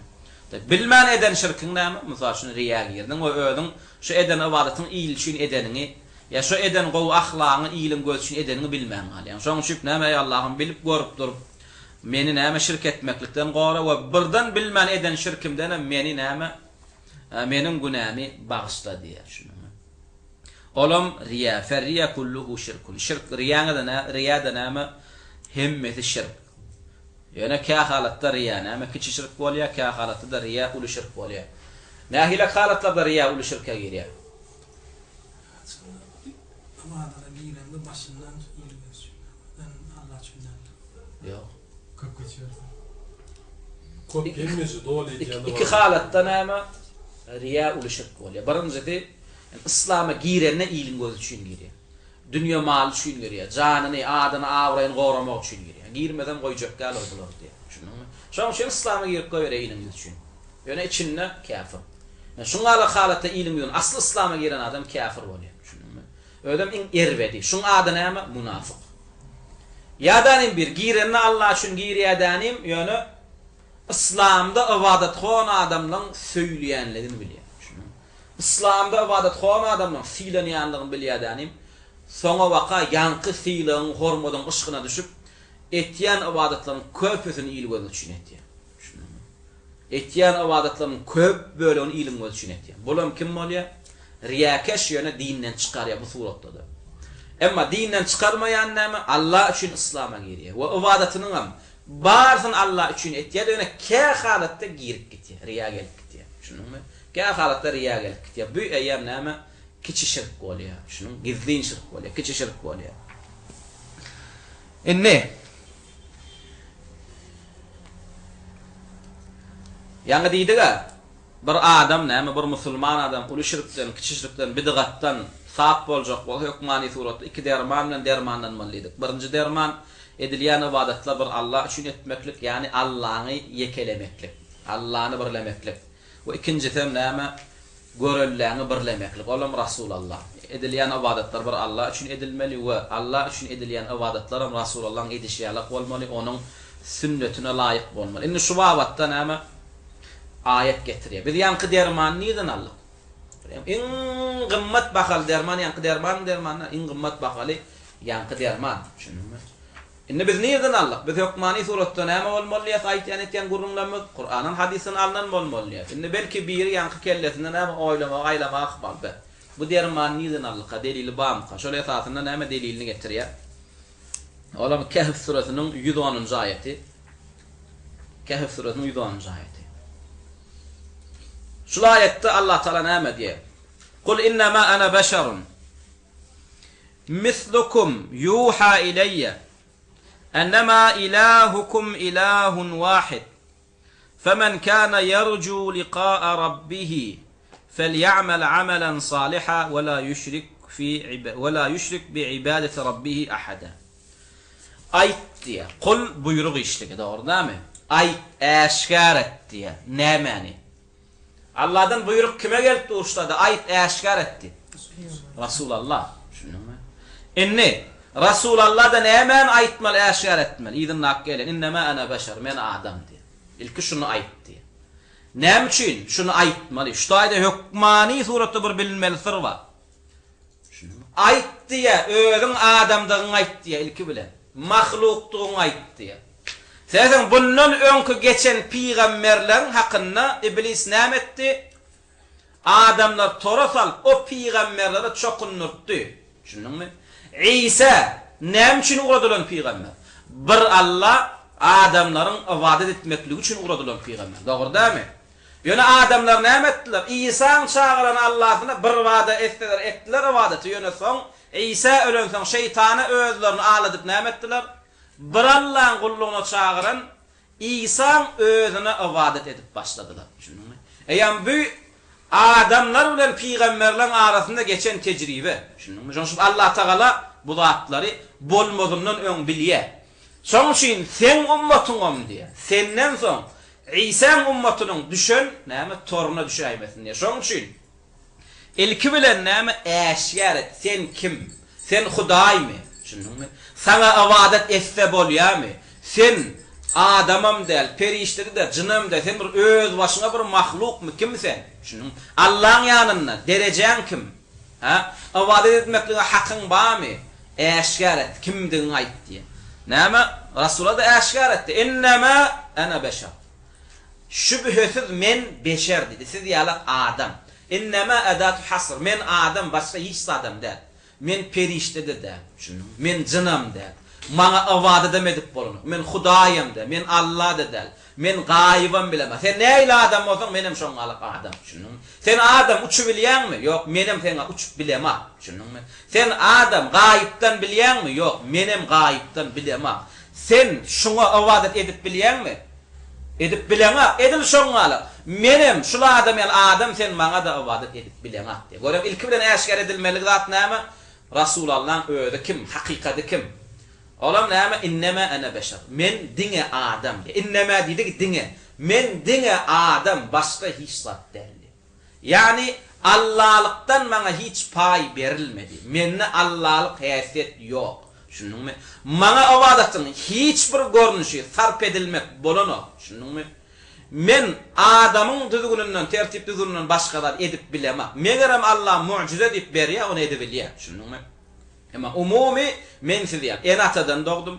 Siz ýaly iýýän, ha? Siz ýaly içýän, siz ýaly öýlenýän, siz ýaly meýdan etýän, siz ýaly wagty gelende näme? Ölýän diýär. Siziň bir-biriňize ibadet edip bilmeýişiňiz ýaly. Maňa da ibadet edip bilemem. Ýöne näme? İsa aleyhisselam şu jary etdimi, etmedi? Etdi. Şunuňmy? Ýöne İsa şu jary edenem bolsa İsa ibadet etdiler. Şunuňmy? Emma peýgamber şu jary etdim, etmedi? Etdi. Ene aýdyp atýar. Näme käfirliň 110-njy aýatyny. Ýöne ummaty peýgamber ibadet etdimi? Biz etdi diýär. Emma müşrikler, soplar, bidgatçylar näme diýär? Ýa Muhammed ummaty peýgamber ibadet edenek. Bu bizim peýgamberiň hakyna etýän zadymyz diýär, o tewessül diýär, o araçy diýär. Bu ýalňyş gurulur. Emma şu müşrikler özünden sorasaň adyr. Hristiýanlar kime çokunýar diýär, İsa çokunýar diýär. Görem gözü görteli näme özleriniň şeytanyň tuzagyna gedip berýärini bilen aklar. Öňden çykan müşrikden sonra müşrik diýdiňmi, şu ummatdan müşrik bolanlardan sonra Hristiýanlar kimseň ýanynda musulmanmy kafir diýsen näme diýerler hemmesi. Hatta şu kommunizm kabul eden türkmenleri de bap sonra Hristiýanlar kim musulmanmy kafir diýsen näme diýerler? Kafir diýerler. Näme üçin diýsen? Olar Allah çokunýar, olar İsa çokunýar diýerler. Taýip näme çokunýarlar olar İsa? Soraýasyň şu teňle tanaýa beýlek müşriklerden. Näme çokunýarlar? İsa ile näme Hristiýanyň İsa çokunmaklygy sen ýanynda näme? Hristiýanlar ýere göýü ýaradan İsa diýärmi? Öldürüp dirildi bilen İsa diýem. Şo wagtynda çokunurlarmy ýa näil wagtynda çokunurlar? Ýok, üstänne İsa'ny çağırýarlar diýär. Şunuňmy? Aýdylan jany näme İsa'ň ýolyny etýärler diýär. Şeýtlen dinden çykdylar diýär. Şunuňmy? Bir toparam İsa Allah'ın ogly diýdiler diýär. Onu aýny edil şu wagt Muhammed ummatynyň peýgamberi barada etýän zady şu. Muhammed ummatym şu wagt peýgamberine çokunýar. Ýöne üstenlik bir musulmanyň 7 gat asman 7 gat ýer ýaradan kim diýsen? Allah diýerler. Muhammed mi diýen ýa Muhammed peýgamber däl diýerler. Aleyhissalatu vesselam. Öldürüp dirildi bilen kim Allah mı ya peýgamberimiz diýen? Ýok Allah diýer. Onu bizim ummatymyzyň peýgamberine çokunmaklygy näme wagtynda? Edil İsa ummatynyň İsa çokunuşy ýaly. Bizinkilerem gyssanana kimi çağırýarlar? Peýgamberimiz çağırýarlar. Günah etseler kimin kabrynyň ýanyna tawap etýärler? Ya peýgamberiň kabryna etibilen peýgamberiň kabrynyň ýanyna oňa etibilmedigem bir awliya piriniň kabrynyň ýanyna. Ya aýdylan jany kimin ýolyna aýtýarlar? Peýgamberiň ýolyna aýtýarlar. Ya hayır bereket, ogul gyýdy, perdendi kimden soraýarlar? Peygamberden soraýarlar. Şu zatlaň özi eýem näme? Ibadet etmeklik bolýar. Şoň üçin Allah Taala näme? Peygamberlerini uğradanna peygamberlerini eşgär etdirýär. Birinji bilen näme? Özüň kimdigini aýtdy. Şoň şu İsa aleyhisselam enesiniň garnyndan doğan gününde nämen jaratdy? Näme diýdi? Enni Abdullah diýdi. Görýärmi? Enni Abdullah. Şoň diýen wadyna peygamberem diýip atýar. İsa iki zat diýdi. Peygamberem iki zat diýdi. İkincisi gelýär. İsa aleyhisselam näme diýdi? Enni Abdullah diýdi. Men Allah'ın kulu diýdi. Näme üçin Allah Taala İsa men Allah'ın kulu diýdirdi? Sebäpden Allah Taala näme diýjek bolýar bize? Adamlar diýdi. Ey men gullarym diýdi. Gula gulluk etmek bolanok diýdi. Şunmy? Gula gulluk etmek bolma. İsa size aýdyp otýar öz dili bilen. Men Allah'ın kulu diýip otýar. Manysy näme şu sözdüň? İsa Allah'ın oglu bolýan bolsa näme üçin men Allah'ın oglu diýmedi? Ya İsa şu hut Allah'ın özü bolýan bolsa İsa näme üçin men Allah diýmedi? Näme üçin men Allah'ın kulu diýdi? Şunmy? Deden İsa Allah'ın oglu däl, İsa Allah'ın özü däl. İsa kim? Allah'ın kulu. Şoň üçin İsa öz bilen habar berip durqa. Inni biz İsa'nyň dili bilen tananymyz gowmy ýa-da İsa'ny şu wagtky Hristiýanyň dili bilen tananymyz gowmy. İsa'nyň dili bilen tana bilýär. Men İsa'nyň dili bilen tanajak. Inni edil şoňaly. Inni peýgambermizem şu wagt peýgamberiň dili bilen tanamalymy? Öýle tanıştyryp durqa ýa-da şu wagtky peýgambere çokunýan müşrikler usulen peýgamber tanamalymy? Peýgamberimiziň öz dili bilen özüni tanıştyrışýalyk tanışmaly. Ýöne şutada sorak özüni orta atlaýar. Biz peýgamberiň dilini usulen tana bilýärmi? Awwa, tana bilýär. Köp adam pikir etýär näme? Bu mümkin zat däl pikir etýär. Yani nädip men peýgamberiň agdyndan çykan sözi bileýin. Men plan kes diýen sözüni nirden tapaýyn ya? O sorak, yani din okumayan, dini ilim bilmeyen adamın görmek. Ama talib ilimden yanında Kur'an aslan peygamber öýde barada aýdyp otur. Kim ol? Adam mi Hudaý? Ibadet edilýän, ibadet edilen. Edin şoňalyk. Näme İsa barada da näme Meryem suresini aslan Kur'andan aýdyp otur Kur'an Kerim. İsa kim? Näme diýip otur? Inni Abdullah dedi İsa aleyhisselam. Doğruda men Allah'ın kulu. Manisi Allah Taala kullaryny aýdyp otur. Yani İsa size aýtdy men Allah'ın kulu. Kulu kulluk edilen a. Ýöne bir topar adam näme? İsa'nın hakkında İsa Hudaý diýip ýalňyşdy. Bir topar adam İsa'nın hakkında Hudaý diýip ýalňyşmatda näme diýip ýalňyşdy? Kezzap diýip ýalňyşdy. Şunumy? Peýgamberlere düşmançylyk eden adamlar iki topar boldy. Şunumy? Bir topar peýgambere düşmançylyk etdi. Onu söýmeklikde öte geçip. Şunumy? Onu övmeklikde öte geçip. Söyüp näme etdiler? Peýgamberiň getiren dawlatynyň garşysyna amal etdiler. Käbir pikir etýär, peýgamberdiňe ýigrenýän adam düşmançylyk etýändir. Ýok, peýgamber gereginden artyk söýmek ýa-da onu gereginden övmeklik näme bolýar? Seni peýgambere düşmançylyga çykarýar. Şunumy? İsa'nın hakkında ýalňyşanlar iki wagtdan ýalňyşlar. Bir topar İsa'ny söýüp övüp onu näme etdiler? Arsdan ýokary çykardylar. Ona Allah diýdiler ýa-da Allah'ın oglu diýdiler. Bir topary İsa aleyhisselamy näme? Söýüp ýamanlap ýigrenip näme diýdiler? Zinadan nogan diýdiler. Yalançy diýdiler. Enne şu İsa'nın hakkında näme edilenmokda şu ummatym peýgamberiniň hakkında Muhammed sallallahu aleyhi ve sellem hakkında şey diýip otýar. Bir topar İsa'ny övüp onu Hudaýlyk derejede ýetirişlerýär. Bir topar peýgamberi övüp näme diýdiler? Peýgamberin asly nur diýdiler. Şunumy? Peýgamberin asly Kakazın ejesinin suwundan gelen zat diýmediler. Şunumy? Övüp arşa çykaryp İsa diýen zatlaryny şu wagtky özüne Muhammedi diýenler Peýgamber Muhammed sallallahu aleyhi ve selleme näme diýdiler? On asly nur diýdiler. Şunumy? Lawh kalamy ýazan näme? Şo diýdiler. Nuhun gemisini ýöreden şo diýdiler. Gaýypdan bilýän şo diýdiler. Şunumy? Hatta cennet dowduk peýgamber üçin yaradylmış. Adamın tawbasyny kabul eden peýgamber diýdiler. Övüp arşa çykardylar. Bu topar adamlar näme? Peýgambere näme? Yalançy diýdiler. Olar müşrikler, ýewreýler, şunumy? Peýgambere yalançy diýdiler. Peýgambere jadywy diýdiler. Peýgambere mejnun diýdiler, däli diýdiler, diwana diýdiler, şunumy? Peygamberin hakkında ne edilen olsa ön kullan. Şu atlı peygamberin hakkında şey dilli. Ummatı nimetti, övüp nime, söyüp nimettiler peygamberi adamlık tebigatından çıkarıp nime, Allah'lık tebigatından nime verdiler. Ama bu Yevreylerden olan, Hristiyanlardan olan, ya kâbir ateist, müşriklerden olan, onlar nimettiler. Ya Muhammed sallallahu aleyhi ve sellem nime, ol yalancı dediler. Ol divane, ol cadı oy dediler. Şunun için Allah Teala İsa'nın diline iki toporu qaytarğı verdi. Şu İsa'nın diline şu iki toporu veren qaytarğısını şu Peygamberimiz Muhammed sallallahu aleyhi ve sellem diline verip atıyor.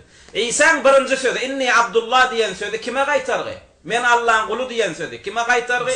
Ona ibadet edenlere qaytarğı. Bana ibadet etme, men Allah'ın kulu dedi. Ama ona kezzap diyenlere, ona yalancı diyenlere haysi sözü qaytarğı ve ataniyel kitap diyen sözü qaytarğı. Men Allah'ın kulu yönü siz yalık kullan. Sizden bir ayrıtınlığım var dedi İsa aleyhisselam. O ayrıtınlığı ne mi? Bana kitap inler dedi. Bana kitap veriyor. Beni peygamber saylaya. Ve ne mi? Size de bana eğermekle vacip et ya dedi. Şunun için siz bana ibadet etmeklik bolanok değilse bana inanmağın bolyan neler öydeymen dedi. Bana ibadet etmesizlik bir rahat. Ama bana inanmaklık o başka da dedi. Bana ibadet etmek bolanok yönü ibadet etmeklik bolmayanım olsa bana iman etmeklik vacip dedi. Neme meselesinde? Peygamberliğin meselesinde. Bana kitap indirliyanlık meselesinde. Bana vahiy gelyanlık meselesinde. Şunun mu? Men geçmişten gelecekten haber veriyen zatlamda size iman etmeklik vacip dedi. Şunun için peygamberlerin hakkında kâfir inancı almak küfre çıkarıyor. Şunun mu?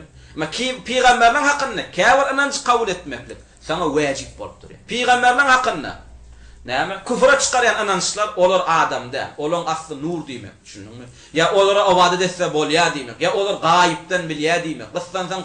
Kıssanın da çağırsa bolya demeklik. Bu inançları näme kabul etmeklik bu peygamberlerin hakkında küfür dinden çıkarıyor.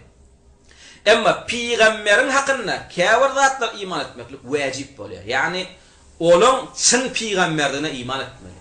Olan Allah tarafından haber verilen, geçmişten gelecekten aytyan kâfir gayiplarına, hemme gayiplarına iman etmeklik vacip.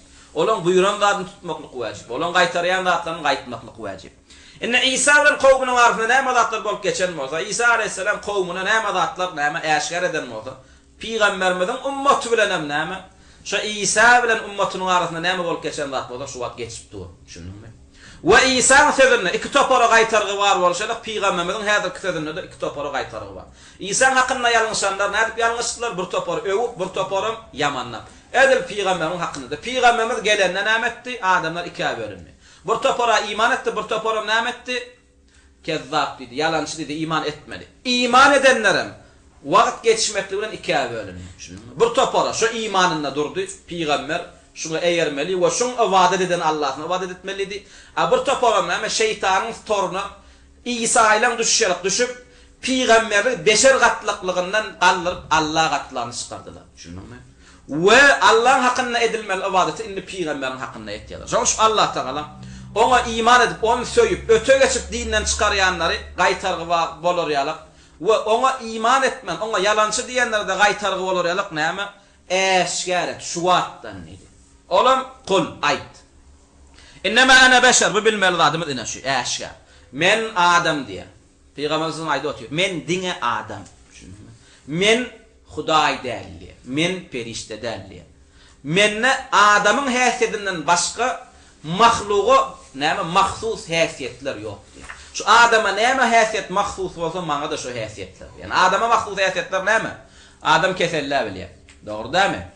Adam yada biliyor. Adam ölü biliyor. Adam gayipten bilip bilene. Adam bir-birini Huday tutup bilene. Edil şoňa menem adam diye. Men yarar kesella bilýän, men yada bilýän, men ölü bilýän, men arjygy bilýän. Ve maňa ibadet edip bolanok diye. Men gayip bilemek diye. Enne bunu söyüp övüp näme öte geçşekleri Allah'tan şu diline rad ettir ya. Var ya men beşer diye, men adam diye, meni Allah derecesine yetirayman diye. Emma peygambere yalancı diyecekler näme sözü gelýär idin naqi? Yuha ileyye diye. Yöne men beşerim bolsam, men adamım bolsam, sizden yekece tapawdum ma diye. Olam inne yuha ileyye. Olam aşağınçıdım. Olam ikinci. Şu ayetten birinci pikirlenme düşünmeli adamı yankı birinci söyledi. İnnema ana beşer. Men dine insan, men dine adam, men Huday değil, men perişte değil. İkinci düşünmeli adamı. İnne nama biz peygamberin yağdayını ayttık da. Peygamber kim eken? Adam eken. Belki de bir nama yüreği ecir iman pes adam fikir etme akmal. Peygamberim onu bir yalak bir adam bolyan bolsa, düşündün mü? Ona ibadet etmeklik bolmayan bolsa, ona men ona iman etjek galli. Ayöne bir özüm yalak adam o da men näme şunu on diýeni tutsoýun. Ya da men näme şunu on et diýenlerni edip gaýt diýenlerden gaýdaýyn. Şeytanyň näme hilesine alanyp buňalyk näme düşünje yıkıljak adam emma. Şoň şu bulary da gaýtargy bolup näme diýär? Ýok diýär. Meni adamlyk hakynda goýmaly, Allahlyk hakynda derejesine galdyrmalylar. Ýöne men adam häsdedime bir zat goşmaly. Olam yuha ileyye. Maňa wahy gelýändir diýär. Yani men Allah bilen gurulýan diýär. Düşünme. Sizin käbir bilmeýän zatlaryňyzy men bilýän diýär. Düşünme. Allah Teala maňa näme buyruklar, gaýtarlar indirýär diýär. Men gaçmyşdan geljekde näme habar bersem ananyň diýär. Düşünme. Men bir zat edin diýsem, edin diýär. Men bir zatdan gaýdyn diýsem, gaýdyn diýär. Maňa eýeriň diýär. Düşünme. Sonra näme diýär? Ennema ilahukum ilahun wahid. Görýärmi? Peygamber aslında Allah Teala uğradığını şu üçüncü dağ üçün şu ayette düşünmeli zatlanma dedik ha. Yine esası Allah Teala peygamberler uğradığını yine şu zatlar şunu uğrattı. Allah Teala cinler insanlar yaradığını şu zat üçün yarattı. Oğlum bilin diye men bir Allah'dan başka ibadet etýän ilahim yok diyor. Aslında birinci peygamberin çağırmalılar şudu mu şu değerli? Şudu. Şunyan mı? Allah Teala insanlar cinler yarattı. Şu zat üçün näme? Şu zat üçün. Beni näme üçün ayette üçüncü geldi? Ennema ilahukum ilahun wahid. Bilin diye. Sizin ibadet etmen ilahiniz yekece ilah diye. Allah'dan başka hiçbir zatda ibadet etmeklik bolanok diye. Peygamberimiz sallallahu aleyhi ve sellem şutaydı. Näme çağırıp oturuyor dedi? Bir Allah'lığa çağırıyor. Bir Allah'lığa çağırmaklığın ters manisi näme? Köp hudaýlygy inkar etmeklik doğrudan mı? Bir Allah'lığa çağıran adam yanına belli köp hudaýlyk yok. Şunu ne peygamberin birinci çağırmalydy şudu. Ýöne bundan öň näme üçin ýanky zatlar äşýar etdirdi? Men adam, maňa wahy gelýär diýdi. Näme üçin? Dedim biz öň käbir derslerimizi aýtdyk. Adam bilen näme? Allah we adam bilen peygamberin arasynda düşýän araçylar bar. Şunu. Allah bilen gullaryň arasynda aklar kim? Peygamberler. Şunu. Allah bilen adamlaryň arasynda düşýän araçylar bar. Şunu. Peygamber bilen adamlaryň arasynda düşýän araçylar bar. We peygamberler bilen Allah'ın arasynda durýan zatlar bar.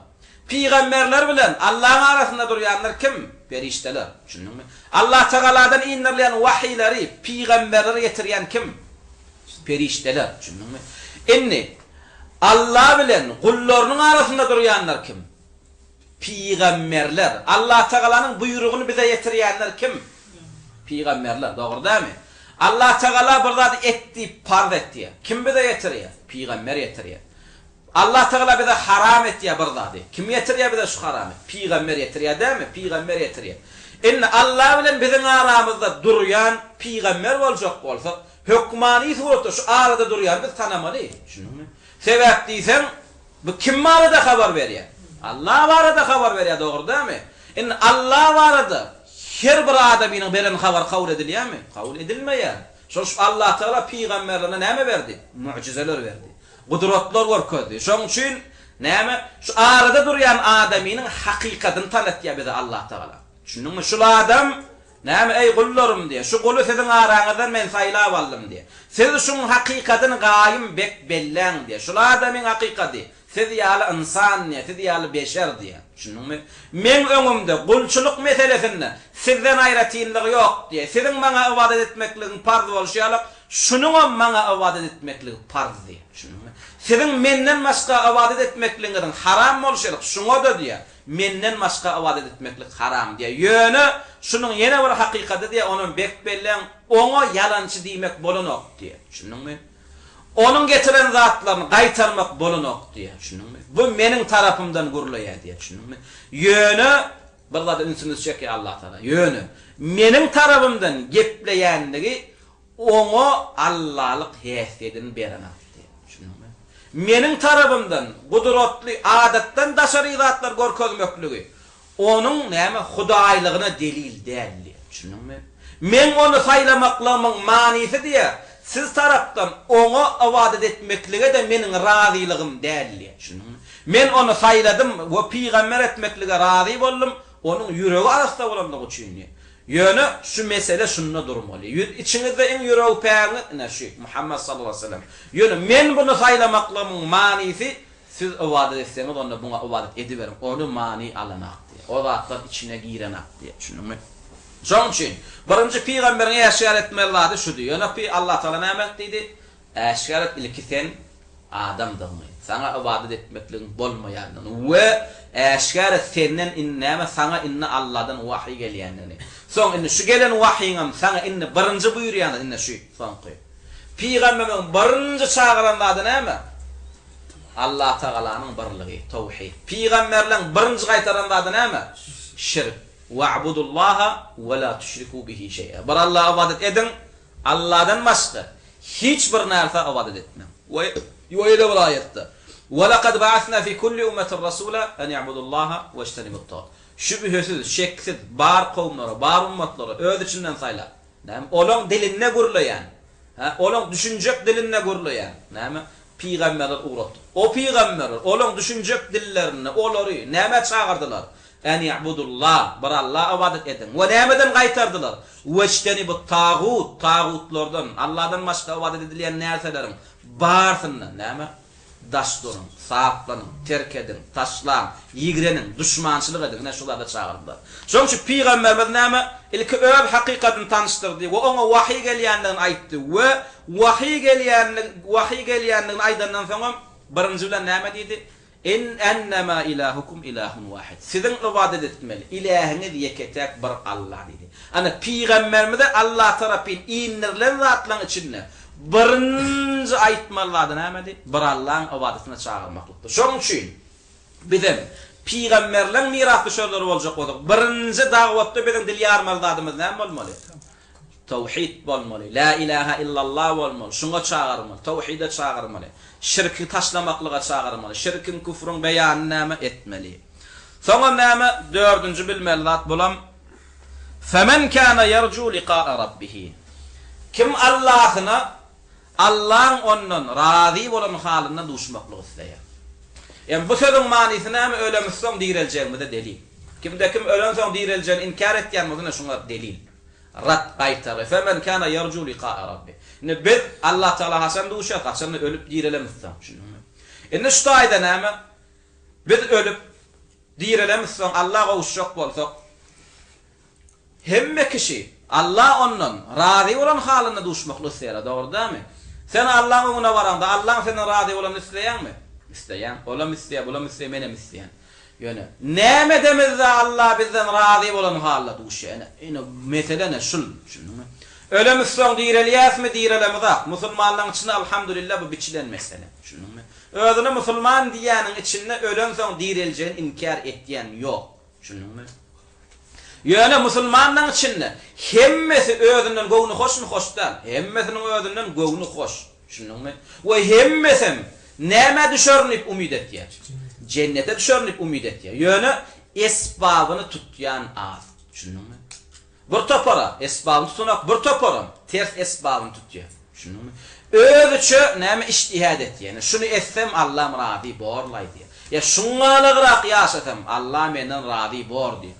Bu meselede oýuňy pikirini işletmek bolanok. Şunumy?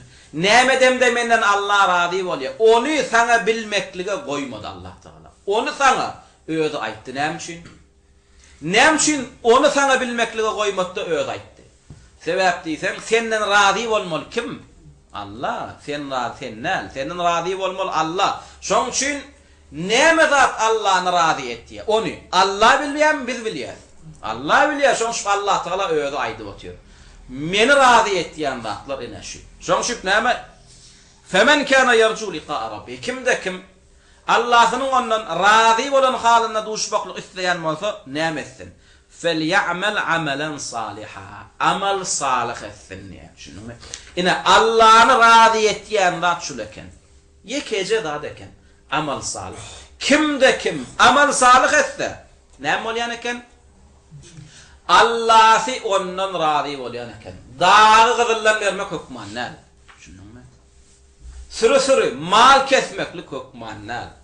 Manlayını secdede çüretmeklik hükman ne? Amal salih etmeli. 5 vakit barzın oku. Yağdayın olsa zekatını ver. Şunu mu? Yağdayın olsa sadaka ver. İhsan et. Ama Allah'ı razı etmek için dünya malını vermeklik şart. Herken başaran adına göre vaat etse oluyor. Şunu mu? İnne Allah'ı razı edecek zat ne meken? Prezidentlik derecetiken mi? Yok. Ya bir yukarı hucayının diplomu ken mi? Yok. Ya da ulluqan, näme? Man Mercedes maşine ken mi? Yok. Ya 4 gözlü Mercedes mi? Ovadan qıyız mı? Gelin mi? Köp çağı mı? Mal mı? Mülk mü? Öy mü? Näme? Allah'ın razı edecek bolýan zat näme? Güç mü? Kuvvat mı? Yok. Amelen salihat diye. Şunu mu? Femen kana yarju liqa'a rabbih. Kimde kim Allah'ın ondan razı bolan halına duşdu. Yani Allah Teala senin razı olmakla isteyen mi olsan? Onu destine eğlenmedi. Amal salih'a başla diye. İnni amal salih Allah'ını razı edecek zat eken doğru değil mi? İnni amal salih Allah'ını razı edecek bolyan zat. Onu biz amal salih'in nemeden bilmeli. Şunu. Her sapaklarda aytiyat yine şu sapakta. Sapakta da aytiyat. İnni şu vatkı musulmanlar ne için dine gelebilen ha? Dedim şu vatkı musulmanların ağınına düşüncesini dine degişli näme? Sözler ters beriliyor. Şunu. Musulmanın yanına musulman kim? Ters düşünce veriliyor. Musulmanın yanına halal näme? Ters düşünce veriliyor. Musulmanın yanına iman näme? Küfür näme? Ters tefsirler bilen yetiriliyor. Şununmu? Indi amal saliham şu wagt köpçülüklerin musulmandan yanına ters düşünce bilen berdi. Amal salih diýmeklik näme diýip düşünýärler? Bir öwliýa kılmaklyk. Alaja sığınmaklyk. Dağdan asmaklyk. Şununmu? Ya da näme araq içenden soň izinden näme töwür galdyrmaklyk. Araq içip töwür galdyrýarlar. Doňuzyň etini töwür galdyrýarlar. Araq içip sen tövbe etmeli, töwür galdyrmaly. Araq içen adama namaz okumak bolanyk sen töwürüňde Kur'an okuýar. Şununmu? Sen ağzyň nejasat. Şununmu? Sen eýýäm ayet hadisi nejasat ağzyň bilen depeleýär. Şununmu? Emma ol araq içen soň töwür galdyrmak nämedir öýtýär? Musulmançylykdan öýtýär. Ýok, ol musulmançylykdan däl. Allah'ın taqdimleyen, Allah'ın kelamını, Kur'an-ı Kerim'i taqdimleyen nejasat ağzy bilen näme?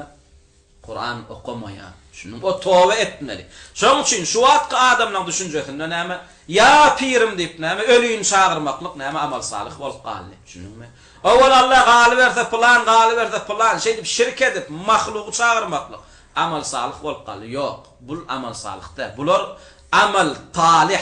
Şunu bular yaman amallar. Bular şirke çykarýan, küfre çykarýan amallar. Onu biz näme? Allah yaqinlaşdyrýan, Allah'ın senden razı etýän amallar amal salih bolýanlar. Onu biz amal salihy bilmek. Amal salih näme? Ulamalar näme diýär? İki şerti tapylan zat amal salih. Amal salih boljak bolsa. Şu edilýän amal, senden Allah'ın razı bolmagyna sebäp boljak bolsa, şu amalla iki tane zat bolmaly. Birinjisi näme? Şu etýän amal salihin, şu etýän ibadatyň bir Allah üçün edilmeli. Birinci şerti. Şu amal salihanyň tefsirine näme? Hasan el-Basri rahimahullah näme tefsir etdi? Halisan sawaben. Halis Allah bolmaly we halis Allah arafa Allah üçün etýän ibadatyň sawaben, yani peýgamberiň sünnetine laýyk bolmaly. Amal salihin tefsiri näme? Ma kana halisan we sawaben. Şunuňmy? Enni akabir ulamalar näme? 3 diýär. Amal salih boljak bolsa näme bolmaly? 3 şerti bolmaly. Birinji bilen näme? Şu amal salihin ibadatdygyna Kur'anyň hadisinden delil bolmaly. Käbir adam etýän ibadaty Kur'an hadisi ibadat däl. Şunu Kur'an hadisi onun ibadatyna delil ýok. Mysal üçin ýeli biri näme amal salih diýip Qadr gecesinde 100 rekat namaz okuyor. Qadr gecesinde 100 rekat namaz okumak ibadat däl. O bid'at Kur'an'a hadise gelmedi. Şu käbir ulamalar 3 şert. Bir de 3 şert diýär. Şunuňmy? Ol näme? Yani 2 şert diýenden, kölen 3 şert diýenden arasynda näme? Qapma qarşılık yoqdan 3 diýäninki 2 diýäninkidən haç giyin işleýin. Şunu. 3 diýänler hem amal salih boljak bolsa, şoň amal salihdygyny, şoň ibadatdygyny delil bolmaly. Qur'anyň hadisden. Şunu. Sebäp diýsen näme?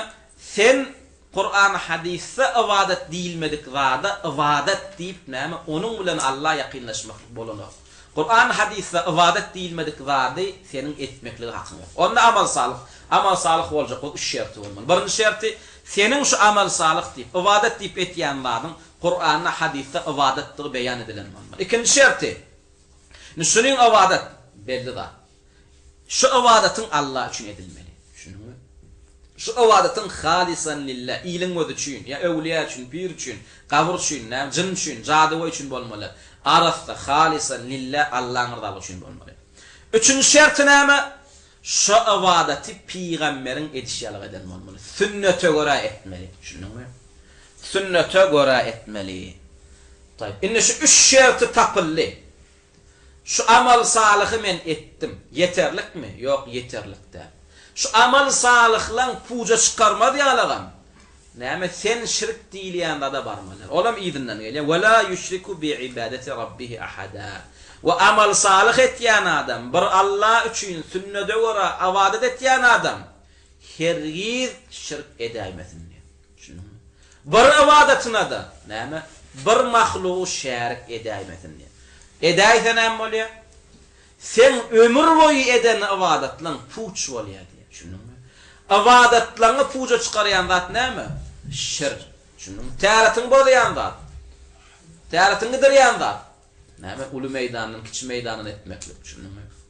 Şoň üçin namazyň bolýan zatlaryň bar bol, namazyň bolýan zat bar bolsa, haçyňy, zekatyny, rozaň bolýan zat bar bolsa, edil şoňlar sen ibadatyny, islamyny, imanyny bolýan zatda. Olam nämeken? Şirk eken. Şoň näme? Allah Taala şu aýatyň soňuny näme bilen tamamlady? Allah ibadat edenizde hiç bir zady o ibadatyňyza şerik edäýmen dedi. Awala Allah, ahiram Allah di. Şunuňmy? Allah'dan başka hiç kimi çağıramak di. Allah'dan başka o hiç kimi çağırmadı. Ama umma awala Allah. Qalı verse ağişan. Qalı verse 12 imam. 4 şariler, 40 çeltenler. Hem sen hem köp hudaýlyga düşýän. Şunuňmy? Sen şu ýanky Allah'dan başka çağıran zatlaryň näme? Yarady bilýär, öldürü bilýär, direldi bilýär. Diýmeseňem, ýanky eden ibadatyň bilen eýem sen şolar kim Hudaý saýdygyň bolýar. Şoň şu sen diliň bilen men şonu Hudaý saýan diýmekligiň şert däl. Şunuňmy? Şeýtmekligini Allah näme? Sen näme şonu Hudaý saýdyň diýär. Sen ýanky geçenki näme dallar Adin hadisinde.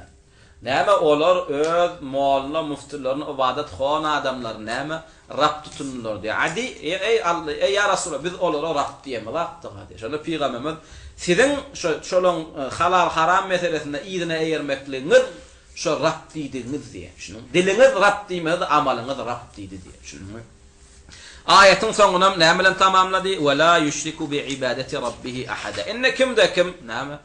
Rabbini razı edesi gelýär, amal salih etsin. Ve seni İslamdan, imandan çıkaryan näme amallarym etme.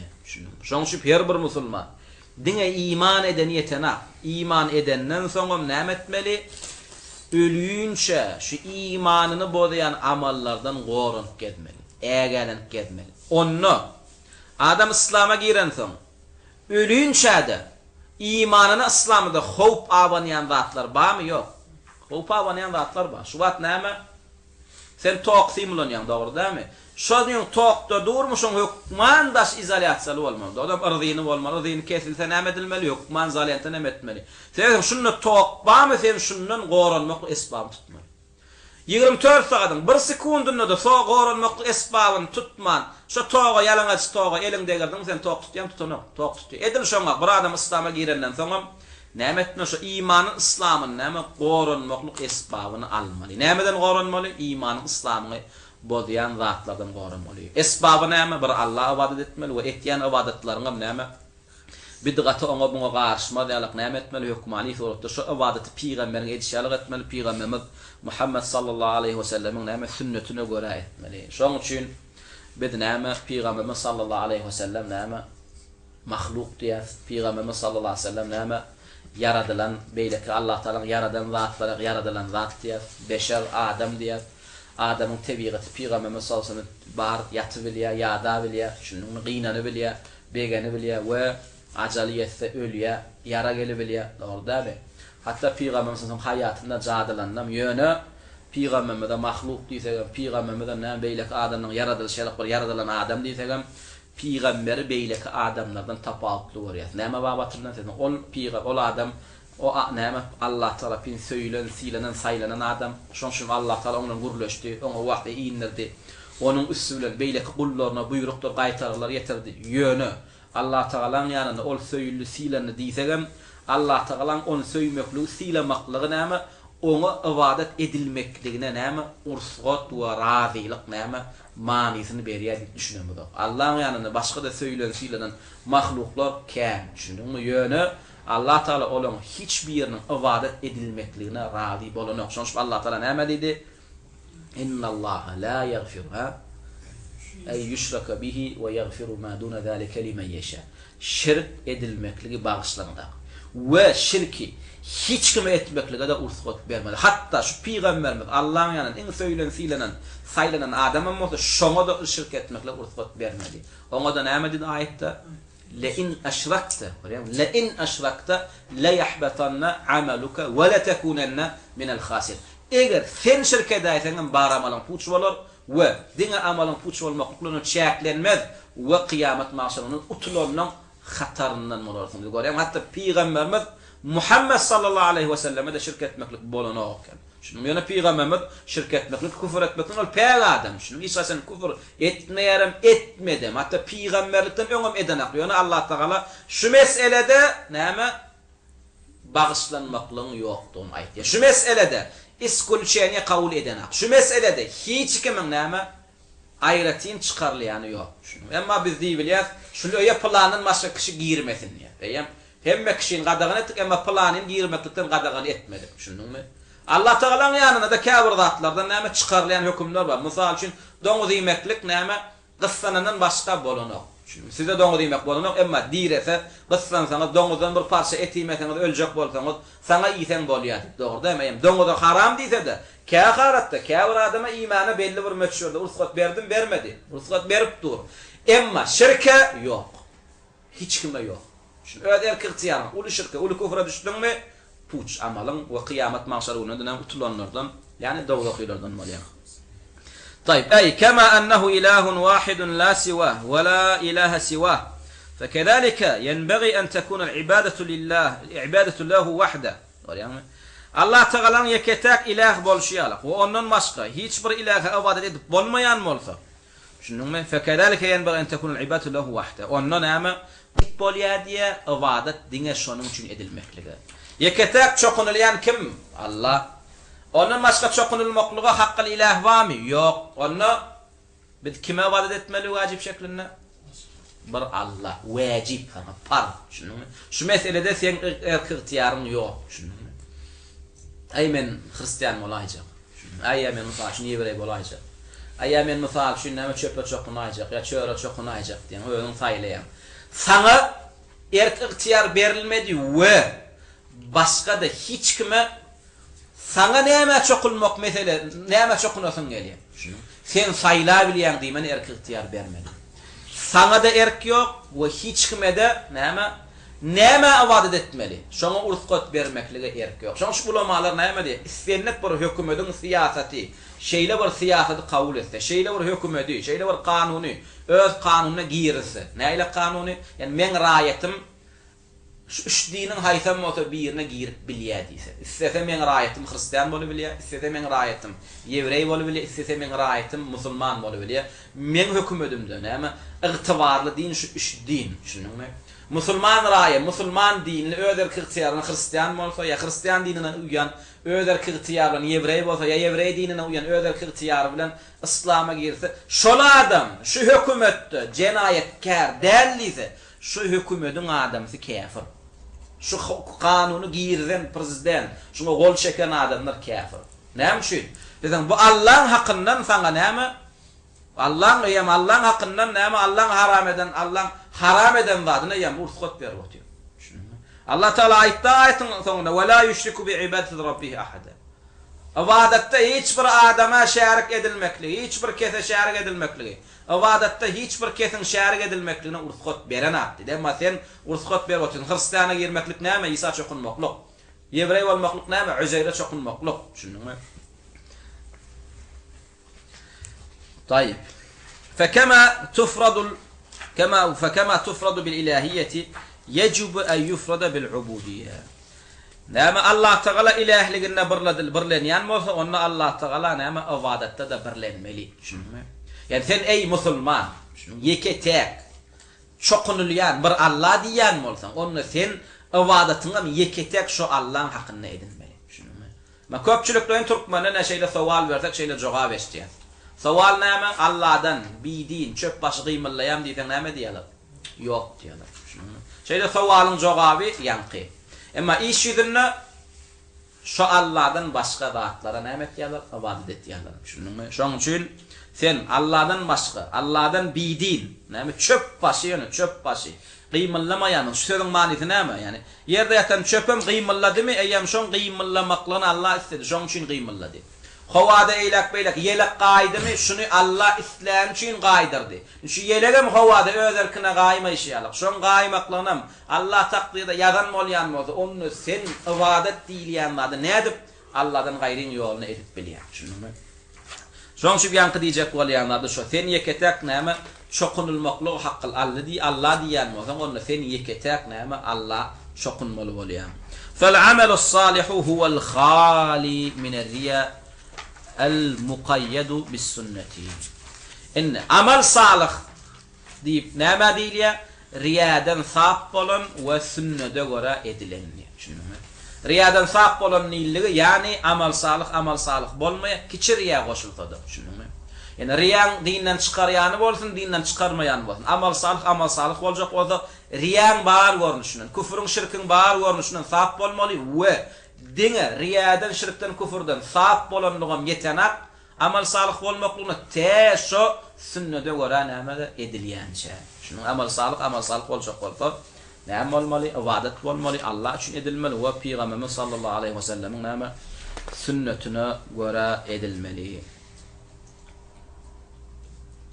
وكان من دعاء عمر بن الخطاب رضي الله عنه اللهم اجعل عملي كله صالحا واجعله لوجهك خالصا ولا تجعل لأحد فيه شيئا. عمر رضي الله عنه نعم eden dogalarına şeýle gederken. Ömer radıyallahu anh näme diýen ki ey Allah'ım meniň amallarymyň barysyny salih et diýerken we olaň barysyny halisan ödüň üçin et diýerken we meniň etýän amallarymda hiçbirine näme pay etme diýen. Şunu yani meni diňe saňa ibadet etmeklige näme tawfik hidayet ber diýen. Meniň bar amallarym salih eýle diýen we meniň bar amallarym halisan lillah sen üçin edilen amallardan eýle diýen. Ve la tej'al li ahadin fihi şeý'a.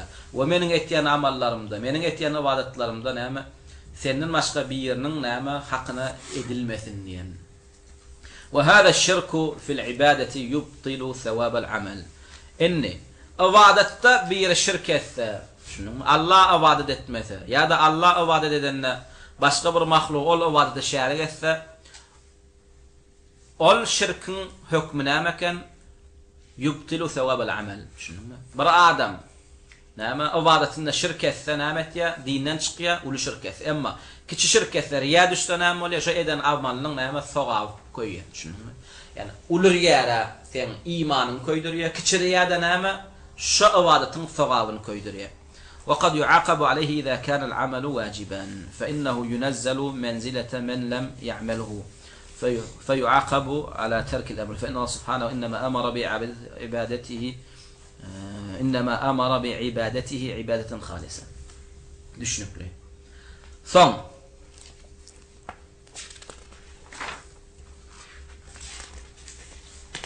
هذا سقاط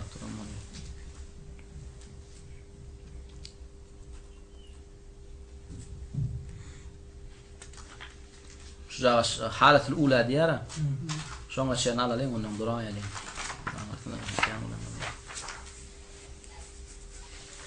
طيب قال الله عز وجل وما أمروا إلا ليعبدوا الله مخلصين له الدين حنفاء. بين ثلث باش زايتنا أن الله تعالى نعمة İnsan o cin oğullarına buyurulan zat bir Allah'a ibadet etmekliktir. Halisan lillah ve ma umiru illa liya'budullaha muhlisina lehu'd-din hunafa. Yani sizə näme bir buyurulan zat halisan lillah näme bir Allah'a ibadet etmeklik.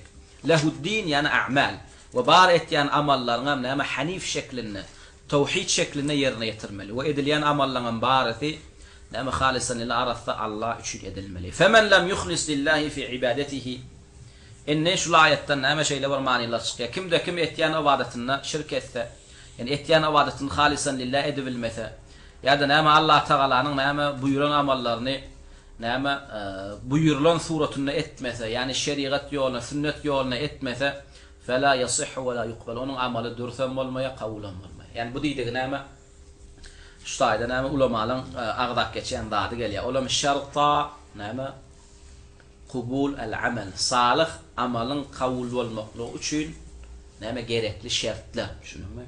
Salih amalın qabul bolmaklygy üçin näçe şert gerek? Haýsylar? Peygamberimiz edişanetler we halisan. Görýärmi? Sünnete laýyk bolmaly we näme halisan lillah bolmaly. Inni şu şertin ikiden biri bolmasa näme şu amalyň hükmi? Amalın qabullän, şunumy? Emma birinji şert bolmasa, ol düýbünden, şunumy? Emma ikinji şert qabul bolmasa näme islamdan çykmasaň näme bolýar? Bidgatçy bolýar, şunumy? Ýöne şonda da amalın qabullän. Hükmani suratda yer bir amalyň, yer bir ibadetin şu iki şerti bolaýmaly. Indi kimde kim diýär? Amalyny halisan lillah etmese, ya halisan lillah edibem. Sünnete göre etmese onun näme amal qabullän. Hükm aýdan bolsa bir şert tapylsa ibadetin qabul bolýar diýip düşünmelär. Haýsan bolsa bir bolmadym ibadetin qabullän. Allah Taala şeýle diýär. Bu hadis näme İmam Müslim'de gelýär. Ana aghna ash-şuraka diýär. Femen amila amalan ashraka ma'i fihi gayri fehuve lillazi ashraka ve ana beri'un minhu. Şärik edilýän zatlaryň içinde näme iň baýy menni Allah Taala. Kim eden amalyny meniň bilen başga birini şärik etse diye näme o eýän meniň ýanymda qabullänli. Kime goşanmasaň diye şonqy diye ol. Ve ana minhu beri ve men şu amallanam şu şirk edennenem näme pek diye bizar diye. Şunu Allah Taala müşrikden ve näme şirk goşulan ibadetden näme pek Allah Taala bizar. Müşrike misana Allah ve müşrikin şirk edilen amalna misana. Men bilen birini goşdyňmy? Şunumy? Aslında sen bilip dursun gady iň baý men. Şunumy? Yeketek ilah men diye. Bilip durkan näme üçin maňa birini goşýan diye. Meni näme şirk etmeklige goşmak bolanok diye. Men şäriklige mätäç däldi. Şunumy? Emma ikisar sewdegar malyny şärik etýär, bir-birine mätäç. Emma men agna şuraka diye. Şunumy? Men şäriklige mätäç däldi. Men şärik edilýän zat däldi Allah Taala. Yeketek maňa ibadet edilýär diye. Indi bu zatlardan soňam men tanandan soňam näme maňa amalla şirk etdiňmi diye, maňa ibadet edende birini oňa goşdyňmy diye men ondan bizat. Ve hada şirku yanqasimu ila mağfurin ve gayri mağfur diye. Ve şu ay hadise gelen näme şirkem ikiye bölünýär. Bagışlanýan şirk we bagışlanmaýan şirk we. Bagışlanýan şirk diýär ýani kiçiriýär. Şunumy? Mysal üçin bir eden ibadetinle riya riya düşdi. Käwat bir il göz üçin edäýär. Şunuň bu tawba etmän ölse de iri uç bu bagışlanýar. Şunuň emma biri yani ibadeti il üçin etse. Şunuň ibadeti biriniň ýolyna sarf etse. Şunuň ya da näme İslam'a girenne il üçin getir, riya üçin getir. Bugüne näme tawba etmese bagışlanan. Bu şirk näme tawba etmese bagışlanan. Ve şu taýda durýar. Bu galan qız adam näme aslında öň alan zatlar. Bu da inşallah gelecek sapakda bu ýanky ýerinde galan zatlar bar. Bu zatlar almaz. Gönü ikinci dini bolýan zatlardan gelýär. Indiki boljak bolýar, aýçak bolýan zatlar näme? Yani Allah'dan gayriyin yoluna eden amalla edilen näme ibadetden suratlaryny aýtdy. Haçan näme edilen ibadet Allah'dan gayriyen yoluna edilen şirk bolýar, haçan riya bolýar, şunuňmy? Ve haçan näme riya giren ibadet düýbünden batıl bolýar, haçan näme riya giren ibadet şu giren yerinden aňyrsy puja çykýar. Bu zatlaram aýtdyk, şunuňmy? Haçan da mysal üçin biri İslam'a girenne ilim gözü üçün girse, ýa-da etýän ibadetini köp bölegini ilim gözüne etse, ýa-ni bu dinden çykýar. Bu musulman däl aslan, şunuňmy? Emma mysal üçin haçan riya girenne eden ibadetin sogaby başyndan ahyryna çenli koýýar, ýa-da haçan giren ýerinden aňyrsa pozulýar. Ona maýsyk mysal üçin namaz ýaly ibadetler öňülen ahyry baglanşyk kılıp, şunuňmy? Şu öňülen ahyry baglanşyk ibadetin haýsy bölegine riya girdimi? Ve riyandan hem tövbe etmedin mi? Boldy öňünden ahyryna sen sogaby batıl. Emma mysal üçin käbir ibadetin öňünden ahyry baglanşyk kılar. Mesela 100 000 mandy men sadaka berjek. 100 000 mandy 100 000 bölege bölüp bolýar şunu. Emma bu galyk ibadetler, sadaka ýalyk ibadetler riya giren yerinden aňyrsyk koýýar. 50 000 mandy mysal üçin lillah berdi, Allah üçin berdi. 50'den aňyrynam näme? Riya girdi. Baý diýdirmek üçin, el açyk diýdirmek üçin berdi. Şu riya girenin öňkü sadakasynyň sogaby kabul, emma riya girenin aňyrsynyň näme sogaby batıl bolýar. Soňky aýtjak bolýanam näme şolatlar. Wallahu taala a'la we a'lam. Assalamu alaykum we rahmatullahi we berekatuh. Nektapakda inşallah dini bolýan wagtlar näme ikincisi. Şonu anlatyp.